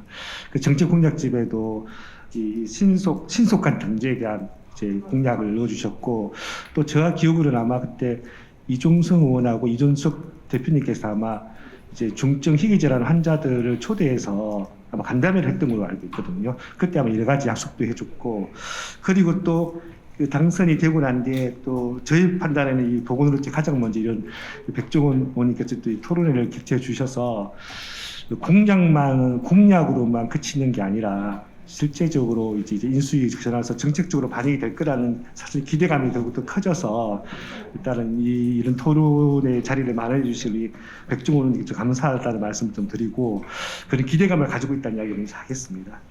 그리고 제가 오늘 요 만성 림프구성 백혈병 관련된 이슈를 가지고 이제 엄기성 교수님께서 설명해 줬지만 이거는 만성 림프구성 백혈병의 이슈만 아닙니다. 지금 이제 폐암이나 신장암, 대장암 같은 다양한 질환에 똑같은 이슈가 있습니다. 대표적으로 이번 달에 3월 달에 그 대표적인 비소세포 폐암이라는 키투르다라는 항암제가 있습니다. 아마 면역 항암제고 좀 고가이고 근데 이게 건강보험 적용되는데 4년 건강보험 급여가 2차 치료제에서 1차 치료제로 바뀌는데 4년 7개월 걸렸습니다. 4년 7개월 걸렸는데 왜 이렇게 오래 걸렸냐? 첫 번째는 임상적 근거를 만드는데 초기에는 조금 시간이 좀 필요했고요. 오늘도 똑같습니다. 오늘도 아마 아이브루틴ib 아마 그런 내용이 이제 좀 임상적 근거, 1차 치료제로 2차 치료제 1차 치료제로 쓰는데 임상적 근거가 좀 필요하다는 하나가 있고 또 한 가지는 뭐냐면 과장님도 이야기했었지만 약값이 워낙 비싸다 보니까 제약사가 얼마나 재정 분담 방안을 마련하느냐인데 아마 처음엔 잘 마련하지 않았었습니다. 그러다가 그때 4년 7개월 동안 됐고 그 중에 상당수의 환자들은 빚을 내서 아니면 실손보험을 의지해서 치료했고 그걸 감당하지 못했던 환자들은 좀 더 장기 생존할 수 있는 환자들이 좀 빨리 돌아가십니다. 저런 돌아가신 숫자를 통계로 내면 몇천 명 될 거라고 생각되시거든요. 그 환자들이 적어도 1년, 2년 더 살 수 있었을 텐데 그런 기회를 놓친 것에 대한 안타까움이 마음이 있습니다. 근데 결과적으로는 어쨌든 임상적 근거도 만들어지고 또 제약사가 최종 분담 방안을 마련해서 올해 3월 달에 건강보험 적용이 좀 되고 있고 이것 때문에 지금 현재 한 만 명까지는 안 될지 몰라도 한 7천 명 굉장히 많은 환자들이 지금 건강 혜택을 받고 있습니다. 똑같은 것 같습니다. 오늘도 엄기성 교수님께서 쭉 1차 치료제, 2차 치료제, 3차 치료제 쭉 이야기해 주셨고 아마 오늘 지금 과장님이 설명한 거로 봤을 때는 아마 아이브루틴 이게 아마 암질환 심의위원회에서 한 2번 정도 임상적 근거가 좀 부족하다 이런 뭐 약 가격이 비싸다 이런 것 때문에 아마 안 됐던 그게 아마 좀 논점인 것 같은데 앞에서 이야기한 것처럼 이 약만의 문제는 아닙니다. 상당수가 그런 상황이거든요. 그럼 저는 두 가지 정답은 쉽다고 생각했습니다. 하나는 빨리 임상적 데이터를 만드는 게 필요하다고 생각했습니다. 그 방법은 제약사가 적극적으로 임상을 적극적으로 진행하는 방법으로 진행해야 될 것 같고 연구진이 좋은 임상 결과가 나올 수 있도록 임상을 잘 진행하는 게 좀 필요한 것 같고요. 또 하나는 뭐냐면 제약사도 지금부터라도 뭐 임상 결과에 따라서 재정 분담 방안을 마련하겠지만 이 키투르다 같이 4년 7개월 동안 이 좋은 약이라고 이야기하고 나는데 급여 확대가 안 된다는 건 저는 인권 침해라는 생각을 가지고 있습니다. 그래서 제약회사도 지금부터 어쨌든 신규 등재도 아닌 이미 등재되는 2차 약을 1차 약으로 확대하려고 한다라고 하면 적극적 노력이 좀 필요하다고 생각돼 주고요. 그리고 오늘도 제가 발제를 좀 들어봤을 때 이 모든 요건을 다 1차로 해달라는 건 아닌 것 같더라고요. 아까 보니까 염색체 그러니까 1차로서 있는 PCR에 잘 치료가 안 되는 염색체 유전자 변이가 있는 유형, 그리고 고령 65세 이상 이쪽 고령 있는 환자들을 좀 제한해서라도 빨리 1차로 해달라는 의미였기 때문에 저는 그런 데이터는 의외로 빨리 임상적 근거를 만들 수 있다고 생각돼서 신속하게 좀 진행이 되었으면 좋겠습니다. 그리고 아까 앞에서 이야기한 것처럼 제가 알기로는 대표적으로 이제 신장암 같은 경우도 그렇고 지금 뭐 폐암 같은 경우에도 마찬가지로 이제 뭐 2차, 3차 약이 더 급하기 때문에 1차로 해달라는 이제 급여 확대 이야기를 잘 못하지만 현장에서는 굉장히 많은 게 있습니다. 제가 한 가지 예를 들어보면 저희 아내가 21년 전에 만성골수증 백혈병 진단을 받았는데 그때 글리백이 막 처음 나올 때였거든요. 글리백은 경구용 먹는 항암제입니다. 그 당시에 우리 와이프 동기들, 이제 투병한 동기들은 다 인터페론이라는 주사를 받았습니다. 인터페론은 아마 이게 의사 선생님이 아시겠지만 부작용도 많고 또 계속 가서 병원을 맞아야 되는데 한번 찔렸던데 또 못 찌릅니다.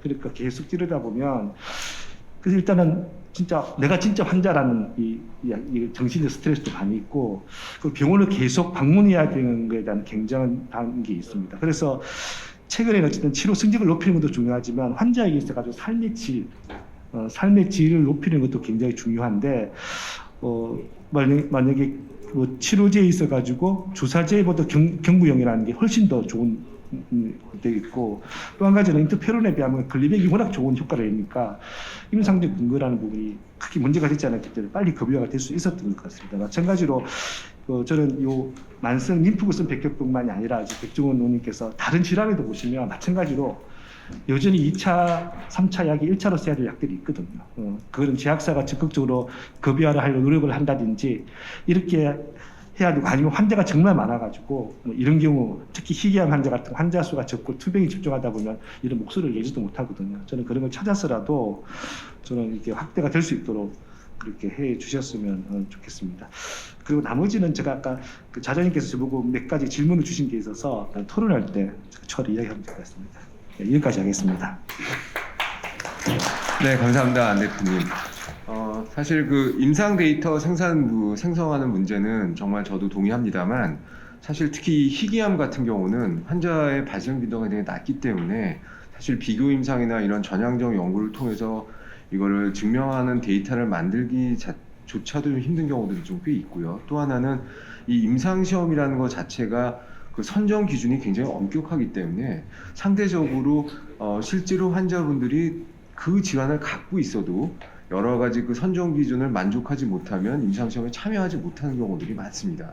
그렇기 때문에 사실은 특히 이런 희귀암인 경우는 임상시험을 통한 그 양질의 데이터를 생성하는데 시간도 많이 걸리고 현실적으로 굉장히 어려운 부분도 많이 있다는 게 한 가지 좀 어떤 태생적인 한계고요. 그래서 그 김국희 부장님 말씀하신 것처럼 요즘 그렇기 때문에 리얼월드 데이터의 중요성이 지금 굉장히 대두되고 있고 실제 진료 현장에서의 데이터를 기반으로 해서 전향적인 임상 시험에 상응하는 그런 데이터를 생성하는 거를 좀 많이 우리나라에서도 많이 좀 노력을 하고 있거든요. 그래서 그런 부분들은 조금 더 나아지지 않을까 생각을 하고요. 끝으로 오늘 펌의 서두에서 발표도 해주셨는데 의료진으로서 엄기성 교수님 이런 희귀암 관련해서 한 말씀 부탁드립니다. 네, 일단 현장에서 느끼는 제일 곤란한 당혹스러운 점은 뻔히 이제 모든 교과서에 나와 있고 수많은 임상 데이터에서 이미 뭐 교과서 결론은 나와 있는 환자들을 볼 때 예를 들어서 아까 말씀드린 17번 염색체 단한 결손이 뻔히 있는 환자를 볼 때 이 환자에서 FCR이라는 항암치를 하면 당연히 성적이 안 좋을 걸 알고 있습니다. 뭐 아까 성적이 나왔으면 FCR 요법이 굉장히 반응률은 좋습니다. 거의 90% 환자가 반응이 오는데 17번 염색체 단한이 결손이 있으면 반응률이 20에서 30%밖에 안 옵니다. 10명 중에 그냥 그거 없는 환자들은 전체로 봐서 한 80명, 90명이 좋아지는데 이거는 항암 치료하면 20명, 30명밖에 안 좋아진다는 뻔히 결과를 우리가 예측을 하고 있거든요. 그러면서도 이걸 쓸 수밖에 없다는 현실에 놓인 그게 뭐 그게 참 문제고요. 그리고 이제 지금은 아까 이야기한 뭐 오비누투 플러스 클로람부실이라는 고령의 환자 요법이라는 게 좀 나와 있어서 괜찮은, 그나마 조금 어느 정도는 해소가 됐는데, 뭐 고령의 환자한테 이게 이 부작용 합병증이 굉장히 높을 걸 알면서도 또 울며 겨자 먹기로 써야 된다는 거. 근데 그래서 실제로 제가 말씀드렸지만 10명 중에 1명 가까운 환자들이 저희들이 실제로 환자를 잃었거든요. 폐렴이야 뭐 이런 걸로. 실제로 이제 10명 중에 1명이라는 거는 혈액암 환자, 림프종 환자는 일반적으로 항암 치료할 때 그렇게 사망률이 높지 않습니다. 이제 그런 거를 겪었던 실제 이 의료진 현장에서 그 환자를 보는 의료진 입장에서는 굉장히 곤혹스러운 일이고요. 그래서 이제 울며 겨자 먹기로 지금은 이제 그 오비누투치마브 플러스 클로람부실이라는 고령의 환자한테 쓸 수 있게 나온 그 약이 나오긴 했지만 그거는 말씀드렸다시피 반응을 기대할 수 있는 건 한 2년 남짓밖에 안 돼요. 이 기존의 어떤 FCR 요법은 그래도 한 4년 반 이상을 우리가 평균 기대를 할 수 있고, 아이브로틴 같은 거는 거의 7년 동안 80% 이상의 반응을 유지할 수 있는 그런 약이 있는데, 현장에서는 그런 걸 알면서도 이제 어쩔 수 없이 그런 약을 써야 된다는 거. 근데 그게 이제 현장에서 가장 곤혹스러운 일이, 실제로 환자를 보는 입장에서는. 가장 한마디로 이야기하면 교과서적인 진료를 할 수 없다는 게 현장에 있는 사람으로서는 가장 안타까운 점입니다. 감사합니다. 네, 감사합니다. 사실 제 개인적인 경험으로는 오비누투치마브 클로람부실도 이렇게 70대 이상의 노인 환자분한테 저희가 투약을 했을 때 제 경우도 한 2주기 만에 폐렴이 심하게 와서 굉장히 고생을 하고 결국은 더 이상의 치료는 못했던 경험들도 있어서, 사실은 이렇게 아까 고령화 시대가 되면서 특히 노인 환자분들, 특히 또 건강 상태가 좀 안 좋으신 분들의 경우는 참 어떤 치료제를 선택하는 데 있어서 굉장히 좀 어려움이 많은 것 같습니다. 자, 그러면 이제 지금부터는 종합 토론 시간을 갖도록 하겠습니다. 종합 토론은 토론자 상호간 또는 토론자분들께서 발제자분들에게 질문이나 또 코멘트를 주시면 또 이에 대해서 응답하고 또 같이 자유롭게 토론하는 방식으로 하겠습니다. 아무래도 안기종 대표님께서 좀 시작을 좀 해주시면 좋을 것 같은데요. 저희가 사전에 한번 좀 질문 중에 어떤 내용이 있었냐면, 고령암 급여약제 대비 혈액암 급여약제가 좀 약간 한정됐다, 좀 좁다는 이제 이런 거에 대해 어떻게 생각하냐, 이제 이런 질문이 좀 있긴 있었는데, 사실은 이제 이 상대적인 내용 같아요. 왜냐하면 고령 같은 경우도 폐암이나 신장암, 대장 같은 경우에 건강보험 등재된 약도 많지만, 또 어떤 질환은 또 등재 안 된 고령암 됐다라면 그 환자 입장에서는 또 적게 됐다 이렇게 생각할 수 있고, 혈액암도 마찬가지인 것 같거든요. 그거보다는 제가 이제 그 현장, 이제 특히 암질환 심의위원회 관련 목소리를 제가 가끔 듣게 되면 그런 내용도 있는 거예요. 저도 오늘 사실은 제가 만성 림프구성 백혈병은 제가 굉장히 내용을 잘 알고 있거든요. 제가 유튜브도 직접 찍어서 환자들한테 이제 우리가 처음 진단받았을 때 알도록 할 정도로 공부를 했는데도 불구하고 제가 오늘 홍 교수님 강의 듣고 제가 몰랐던 내용이 여러 개 많이 있고, 특히 2차, 3차 약제, 특히 그 약이 1차로 썼을 때는 사실은 잘 모르는데, 과연 이제 고령암 하시는 위원들께서 이런 내용을 제대로 암질환 심의회의 열려가지고 보고받아서 제대로 했을 때 제대로 평가할 수 있을 것인가 라는 생각이 문득 들었었습니다. 그래서 예전부터 암질환 심의위원회를 왜 이렇게 다 같이 하냐. 그래서 고령암 심의위원회, 혈액암 심의위원회, 소아도 특성이 다르거든요.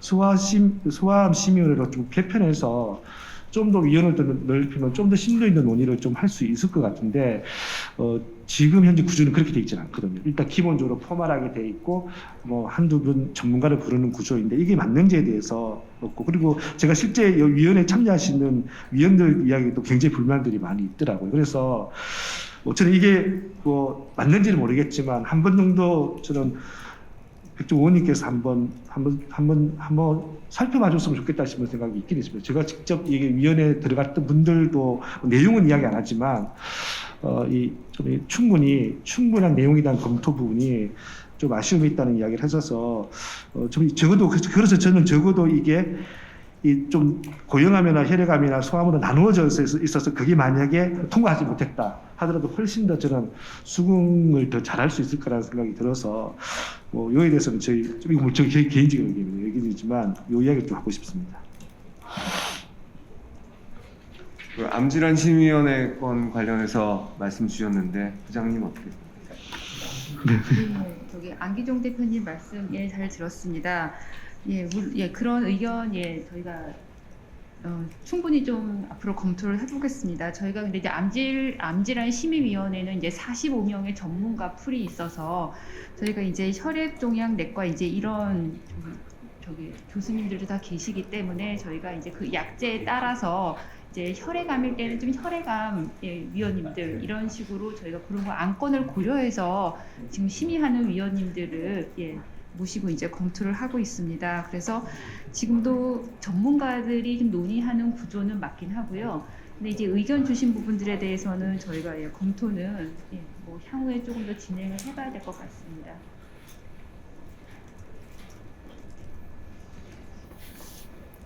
네, 관련해서 또 다른 말씀 없으실까요?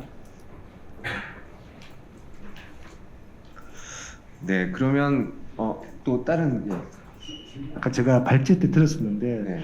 응 교수님 아까 그 백혈병 관련하고 백신 관련해서 이야기를 좀 항체 부분 이야기를 하셔가지고 제가 사실은 처음 보는 내용이고 아까 발제로 들은 거 지금 이해가 잘 되지 않는 상황인데 특히 만성 림프구스 백혈병 환자들 같은 경우에는 이제 이런 경우 사실은 되게 관심이 있을 수밖에 없는데 조금 더 설명해 주셨으면 좋겠습니다. 이게 아까 이야기했던 예를 들면 백신 여러 가지 종류가 있잖아요. mRNA 계열도 있을 수가 있는 거고 이렇게 해서 그런 영향이 있는 건지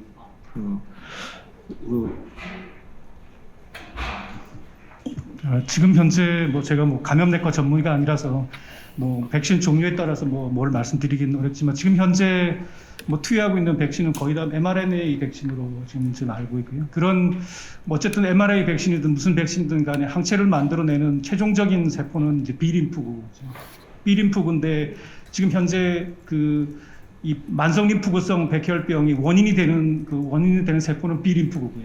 그래서 B림프구고 그래서 타겟이 되는 지금 치료제 타겟이 되는 세포는 결국 B림프구고요. 근데 B림프구를 죽이기 위해서 쓰는 약이 대표적인 약이 아까 말씀드렸다시피 이제 리투키마브라는 약인데요. 리투키마브이 이제 항체 약물입니다. 항체고 이 항체가 이제 이게 B림프구로 투여하게 되면 B림프구 표면에 이제 달라붙게 되고요. B림프구 표면에 달라붙으면 이제 표면에 달라붙어서 B림프구를 둘러싸게 되면 우리 인체는 항체에 둘러싸인 이 B림프구는 이제 이물질로 보고 우리 면역 체계가 그 림프를 공격해서 죽이게 되거든요. 그래서 B림프구를 집중적으로 타겟해서 죽이게 되니까 당연히 이제 우리 몸에는 그 항체를 잘 못 만들어내게 되는 거죠. 그러니까 항체를 만들어내는 림프 자체가 억제가 되니까 당연히 그 코로나 백신은 투여를 해도 최종적인 항체를 만들어내는 림프구가 계속 억제가 되니까 코로나 백신에 대한 항체를 못 만들어내는 건 당연한 일이거든요. 그 반면에 이제 그 BTK 아칼라브루틴이나 아이비루틴 같은 그 BTK 억제제는 이 항체 B림프구를 억제하는 약은 많은데 그 이외에 또 다른 여러 가지 기능이 있습니다. 근데 그게 지금 이제 코로나 백신 이 시대가 이제 얼마 되지 않아서 아주 충분한 연구가 다 진행된 건 아니지만 최근의 연구에 의하면 다른 그런 그 보호 효과 때문에 오히려 코로나 백신에 대한 코로나 감염에 대한 보호 효과가 오히려 있는 걸로 돼 있어서 아까 말씀드렸다시피 이 코로나 백신을 맞거나 그런 환자들은 FCR 요법 같은 거는 되도록이면 하지 말고 그리고 FCR 요법을 하게 되면 병원 방문 횟수도 굉장히 늘어나니까 그런 걸 하지 말고 되도록이면 BTK 억제제로 하라. 그런 게 현재 미국 혈액학회나 이런 데 권유사항, 권고사항으로 되어 있습니다. 네, 그래서 사실 이제 코로나 백신이 이제 계속 이제 접종을 전국적으로 하게 되면서 저희가 이제 진료실에서 질문을 많이 받게 됩니다. 이게 백신을 맞아도 되는지 또 부작용에 대한 걱정도 많으시고요. 근데 이제 다른 암 환자분들도 마찬가지겠지만 특히 이 혈액암, 특히 림프종이는 T세포보다는 B세포 기원의 림프종이 많다 보니까 하고 있는 그 치료가 B세포를 억제하는 치료가 좀 많거든요. 그래서 불가피하게 백신을 접종했을 때 항체가 이제 원하는 수준으로 생성되지 못하는 확률이 그런 림프종을 치료받지 않는 환자들을 비해서는 훨씬 높은 건 사실입니다. 근데 저도 사실 진료실에서 그렇다고 또 백신을 뭐 맞지 말라고 말씀드릴 수 있는 부분은 아니기 때문에 이런 내용들을 얘기 드리고 효율은 좀 떨어질 수 있지만 현실적으로는 좀 맞을 수밖에 없지 않겠는가 이렇게 말씀을 드리고요. 외국의 경우는 이 만성 림프구성 백혈병의 치료를 이제 염두에 두고 있는 환자가 아직 치료를 시작 안 한 상태에서 코로나 백신을 아직 안 맞았으면 가능하면 빨리 먼저 백신부터 맞으라고 이렇게 교육을 한다고 합니다. 그래서 그런 부분들이 앞으로 이 코로나 백신 문제는 뭐 당장에 뭐 한두 달 안에 해결될 문제는 아니기 때문에 사실은 이런 림프 계열의 악성 종양을 갖고 있는 환자들에서 계속 좀 문제로 남을 것 같습니다. 혹시 다른 또 코멘트나 질문 있으실까요? 지금 제가 한번 좀 여쭤보고 싶은 것은 아까 안 대표님 말씀하신 것처럼 지금 이러한 보장성 문제 그리고 최신 치료제가 조기에 좀 접근할 수 있어야 되는 문제는 사실은 비단 희귀암뿐만이 아니고 모든 암 환자들한테서 다 해당되는 문제이고 또 공교롭게도 그런 최신 약들이 초고가 약제들이 너무 많다 보니까 또 사실은 행정을 담당하시는 분들 입장에서 너무나 참 큰 부담이 되는 건 사실 저희도 모두 공감합니다. 그런데 그래서 이제 뭐 그런 너무 포괄적인 얘기를 할 수는 없고 오늘 주제가 그래도 만성 림프구성 백혈병이니까 그거에 대해서만 한번 국한해서 한번 얘기를 해보면은 연간 발생률이 한 150에서 200명이고 보통은 환자분들이 진단을 받고 한 3분의 1 정도의 환자들은 그냥 경과 관찰을 하거든요. 그래서 경과 관찰하고 제 경우도 뭐 10년, 15년째 그냥 관찰만 하는 분들도 계십니다. 그러면은 매년 150명씩 발생을 하고 그분들이 계속 누적이 된다고 해도 한 10년이 누적했을 때 N수는 한 1,500명 정도 되는 거거든요. 근데 물론 그 중에는 이제 그 사이에 굉장히 공격적으로 좀 안 좋은 경과를 받아서 돌아가시는 분들도 계실 수는 있겠으나 점점 누적은 되지만 전체적인 그 환자 수는 그렇게 많지는 않고 또 아까 엄 교수님 말씀하신 것처럼 모든 환자가 치료를 해야 되는 것도 아니고 또 일부가 치료가 필요하고 또 그 치료가 필요한 환자들 중에서 우리가 지금 이슈가 되고 있는 아이보리티닙과 같은 그런 스몰 몰리큘들이 고가의 경구로 계속 복용해야 되는 약들은 사실 또 그 중에서 또 대상이 되는 환자가 그렇게 또 생각보다 아주 많은 숫자는 아니라고 생각하거든요. 또 하나는 이 약 자체는 원칙적으로는 질병이 계속 컨트롤되고 다시 질병이 진행되는 소견이 없는 한, 즉 약이 효과가 있는 동안은 평생 거의 복용하게끔 돼 있으나 아무래도 이제 뭐 3년이고 4년이고 복용하시다 보면은 어떤 아무리 부작용이 그렇게 많지 않다고 하더라도 환자분들이 힘들고 또 여러 가지 문제로 또 중간에 또 진행하는 경우도 있고요. 그래서 복용하는 기간도 대략적으로 평균 한 3년에서 한 4년 그 정도거든요. 그렇다면은 우리가 어떤 경제적인 부분에서 그러니까 비용이 정말 너무 많이 이제 이 만성 림프구성 백혈병이 1차 치료로 이런 약들이 됐을 때 굉장히 부담이 작용할 수 있지 않을까 하는 이런 문제들은 조금 더 이렇게 좀 자세히 좀 들여다보면 조금 해결할 수 있는 방법도 없지는 않을 것 같은데요. 과장님은 어떻게 생각하세요? 네, 우리 교수님 말씀대로 아까 이 제품이 아이보르티닙이 2번의 급여 범위를 확대를 신청을 했었지만 그 당시 아마 요구사항은 이런 아까 말씀 주신 염색체 부분 또 연령 또 대체약을 써보지 않은 경우라든지 이런 제한을 하지 않고 아마 좀 폭넓게 신청이 되다 보니 아마 위원회에서 심의 과정에서 기간의 문제, 그 다음에 투약 비용의 문제, 또 아까 단독이나 병의 임상이 진행 중인 그런 부분들 아마 그래서 전체적으로 재정이 좀 크게 나왔던 것 같고요.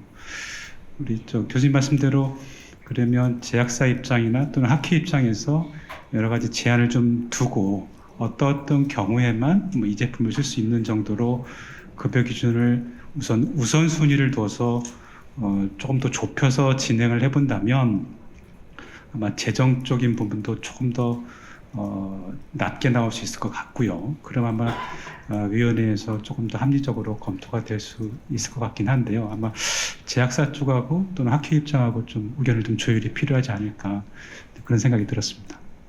네, 감사합니다. 또 다른 의견. 네, 좀 추가적인 말씀을 드리면 신약이 등재되고 그 이후에 급여 범위가 확대되는 경향을 요즘엔 보면은 어쨌든 조금 처음에 들어올 때는 환자 규모가 적은 2차나 3차 약제로 들어와서 신약 등재를 하고 그다음에 환자분이 더 많은 1차로 가거나 이런 경향이 많거든요.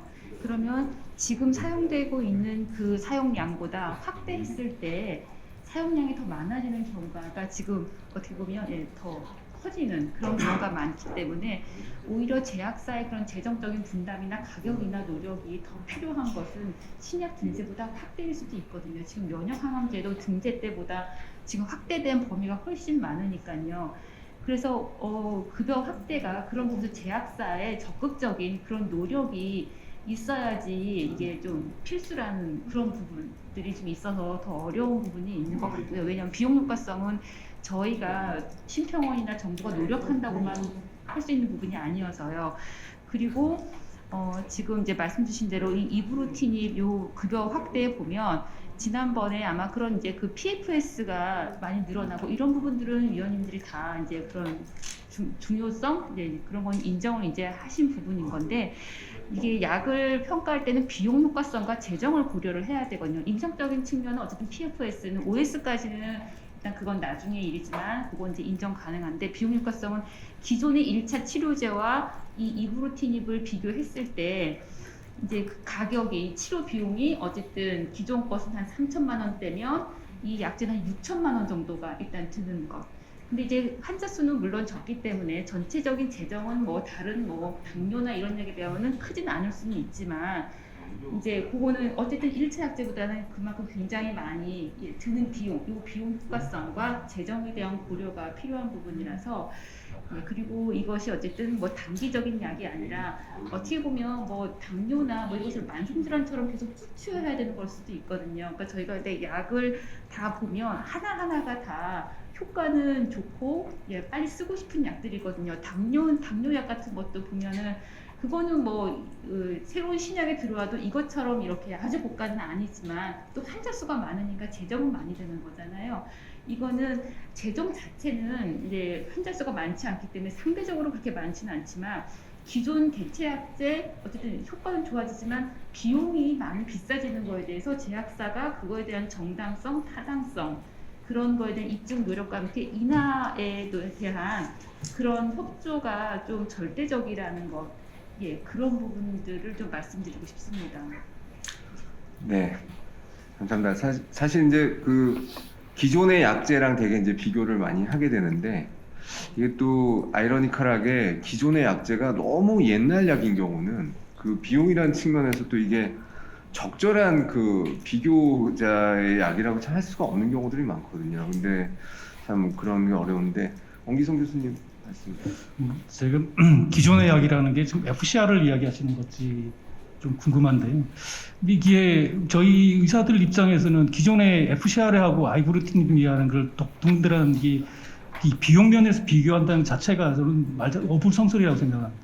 비용이 3천만 원, 6천만 원, 65세, 70세 환자를 FCR을 하고 아이브루티닙을 똑같은 약을 비교를 단순히 약값이 2배라고 해서 그걸 똑같은 약이라고 비교를 한다. 이게 좀 말이 안 된다고 생각하거든요. FCR 아예 65세, 70세 환자한테는 FCR한 약을 못 쓰는 거고 그 약은 이 아이브루티닙 약은 쓸 수 있는 거고 이게 비교 자체가 안 되는 이야기다. 그래서 단순히 그걸 뭐 비용이 2배이기 때문에 이게 뭐 훨씬 더 비용이 많이 들기 때문에 이거는 안 됐다. 그거는 왜냐하면은 동등한 조건이면 모르겠는데 예를 들어서 70세 환자한테 FCR은 아예 쓸 수가 없는 약이고 아이브루티닙을 쓸 수가 있는 약이고 이걸 이렇게 비교가 돼야지 이 3천만 원이고 6천만 원이고 그래서 이게 같은 조건에서 비교한다. 그거는 사실 우리가 실제 그 환자를 보는 입장에서는 그 비교 대상이 아니라고 생각합니다. 예, 이제 교수님 말씀이 맞고요. 저희가 그거를 제가 지금 FCR 뭐 어떤 약주로 특정해서 말씀드린 거는 아니고요. 당연히 이 가격 비교만 하는 거는 의미가 없죠. 왜냐하면 이게 효과가 개선된 약이기 때문에 아까 비용 효과성 평가 그리고 경제성 평가 이걸 말씀드린 것은 일단 어떤 비교하는 대안이 있고 그거보다 효과도 좋아졌는데 가격도 훨씬 더 비쌀 때 그거에 대한 비용 효과성 평가하는 게 경제성 평가이거든요. 그렇기 때문에 이것을 효과가 좋아진 것만큼 어떤 이게 더 비용이 이만큼 비싼 게 정당하다, 타당하다라는 것을 제약사가 그것이 입증을 하는 거고요. 그래서 투약 비용이 뭐 2배, 3배 그래서 안 되는 게 아니라 그렇게 해도 그것이 더 비용 효과적이라는 것을 제약사가 어쨌든 입증하려는 노력이 필요하다라는 말씀입니다. 그리고 그러기 위해서는 가격 인하도 필요하고 저희가 그래서 단순히 이게 3천만 원, 6천만 원이라고 해서 고가라고 얘기하는 건 아니고요. 어쨌든 그런 부분에 대해서 제약사가 어떤 그 비용 효과성에 대해서 조금 더 노력이 필요하겠다라는 그런 이제 심의 내용이었고요. 제약사가 그런 부분들은 충분히 좀 고민해서 제출했을 것으로 그렇게 생각하고 있습니다. 네, 이 부분에 대해서 환자 대표로 말씀해 주시죠. 제가 사실은 오늘 여기 이제 그 최신 치료제 조기 접근권 개선 방안이라서 제가 요 이야기를 할까 말까 계속 고민했는데 왜냐면 자칫하면 또 논점이 흐트러질 수 있어가지고 좀 전에 엄기준 교수님이 얘기하신 것 중에 아마 다 공감하시겠지만 약간 염색체 변이로 치료 효과가 없는 약, 그다음에 고령이기 때문에 쓸 수 없는 약을 현재 1차로 무조건 쓰고 거기에 안 들으면 2차, 3차를 쓸 수 있는 걸로 돼 있잖아요. 누가 보더라도 비인권적이 말이 안 되는 거잖아요. 그리고 그게 또 안 되는 이유가 뭐냐면 뭐 정신적 평가라는 게 가격만 보는 게 아니라 다양하게 다 평가하지만 결국은 행정적인 절차입니다. 행정적인 절차. 그 염색체 변이가 있는 환자하고 70대 고령 환자 써야 되는데 쓰는 거는 생명과 관련된 거고요. 경제평가하고 그거는 행정 절차거든요.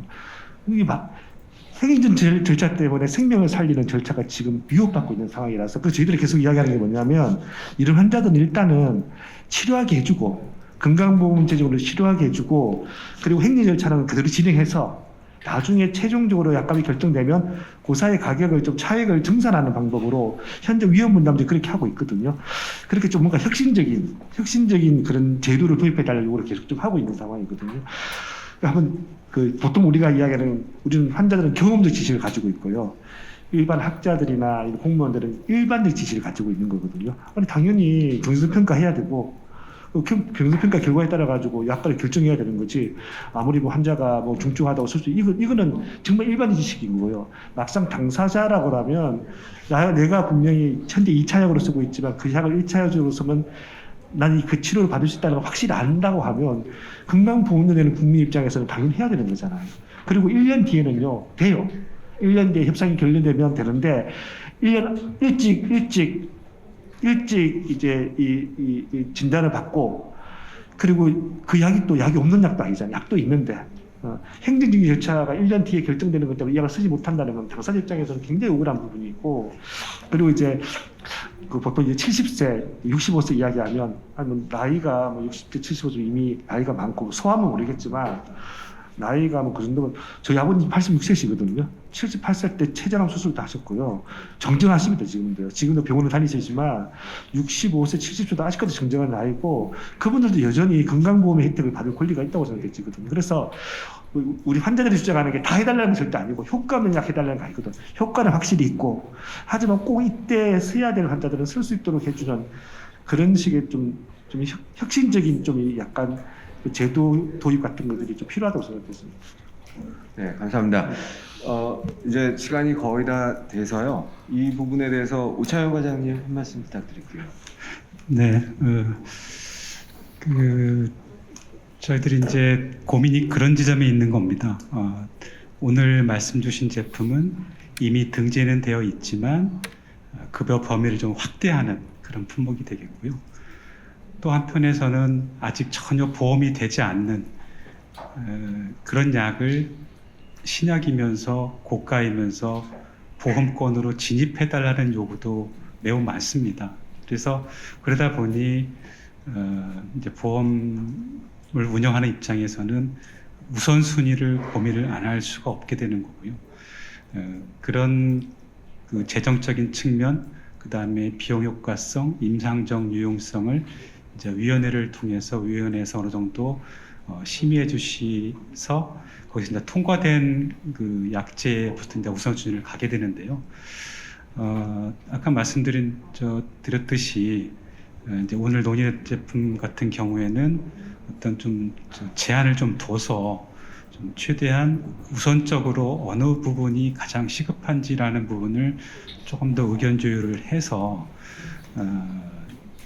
그래야만 그 재정 분담도 좀 적어들 것 같고 줄어들 것 같고 그런 측에서 조금 학회에서도 그렇고 제약사도 그렇고 저희 심평원이나 복지부에서도 좀 시급한 부분을 좀 더 좁혀서 검토를 좀 해보면 접점을 조금 더 찾을 수 있지 않을까 그런 우선순위가 필요할 수밖에 없다라는 말씀을 좀 드리고 싶습니다. 네, 감사합니다. 이렇게 긴 시간 동안 패널 토론해 주신 우리 선생님들께 다시 한번 감사드리고요. 저는 그동안 쭉 진료만 하는 의사로 이렇게 생활하다가 오늘 이렇게 정책을 고민하는 자리에 와서 느낀 점은 정말 이런 우리가 생각하지 못한 여러 가지 부분들을 다 고민하고 다뤄야 되는 참 어려운 부분이구나 하는 생각을 했습니다. 저희는 그래서 의료 전문가 입장에서 아무튼 지금 말씀하신 것처럼 최대한 도움이 될 수 있는 정확한 저희 의견과 이런 것들을 계속 드리도록 노력을 하고 또 일선에서 이제 이거를 진행해 주시는 분들께서는 또 좋은 방향으로 가실 수 있도록 그렇게 됐으면 참 좋겠습니다. 이상으로 패널 토론을 마치겠습니다. 그리고 끝으로 오늘 이 자리를 해주신 백종원 의원님 한번 그 평을 한번 청해 듣겠습니다. 예, 오늘 정책 토론 내내 마음이 좀 무겁습니다. 그리고 위선 이제 정책 그 주제 발표를 해주신 은기승 교수님, 또 우리 좌장희생 김석진 교수님과 또 우리 김국희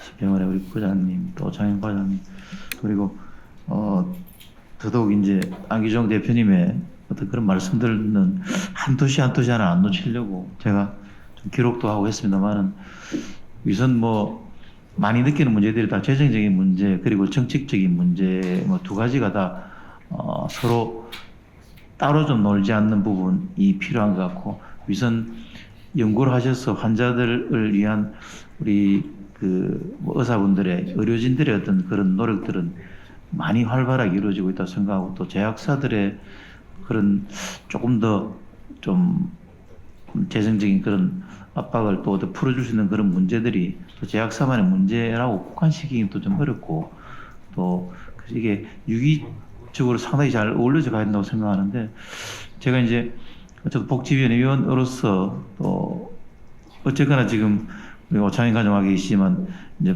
복지부를 좀 압박하는 그런 수준밖에 없다고 생각하는데 이것들이 이제 서로 좀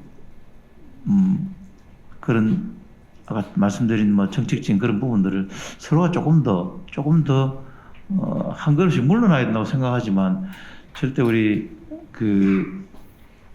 안기종 대표님께서는 한 걸음도 물러나시면 안 됩니다. 그리고 더더욱 그러나 이제 그런 마음을 가지고 계시지만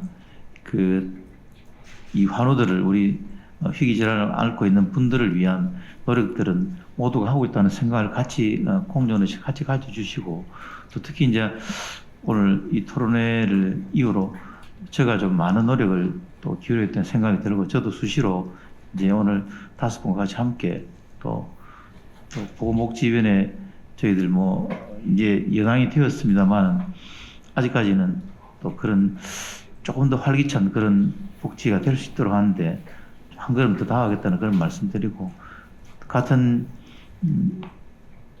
그냥 고민을 하는 같은 입장으로 또 저도 이제 개인적인 이야기 이미를 합니다만은 저희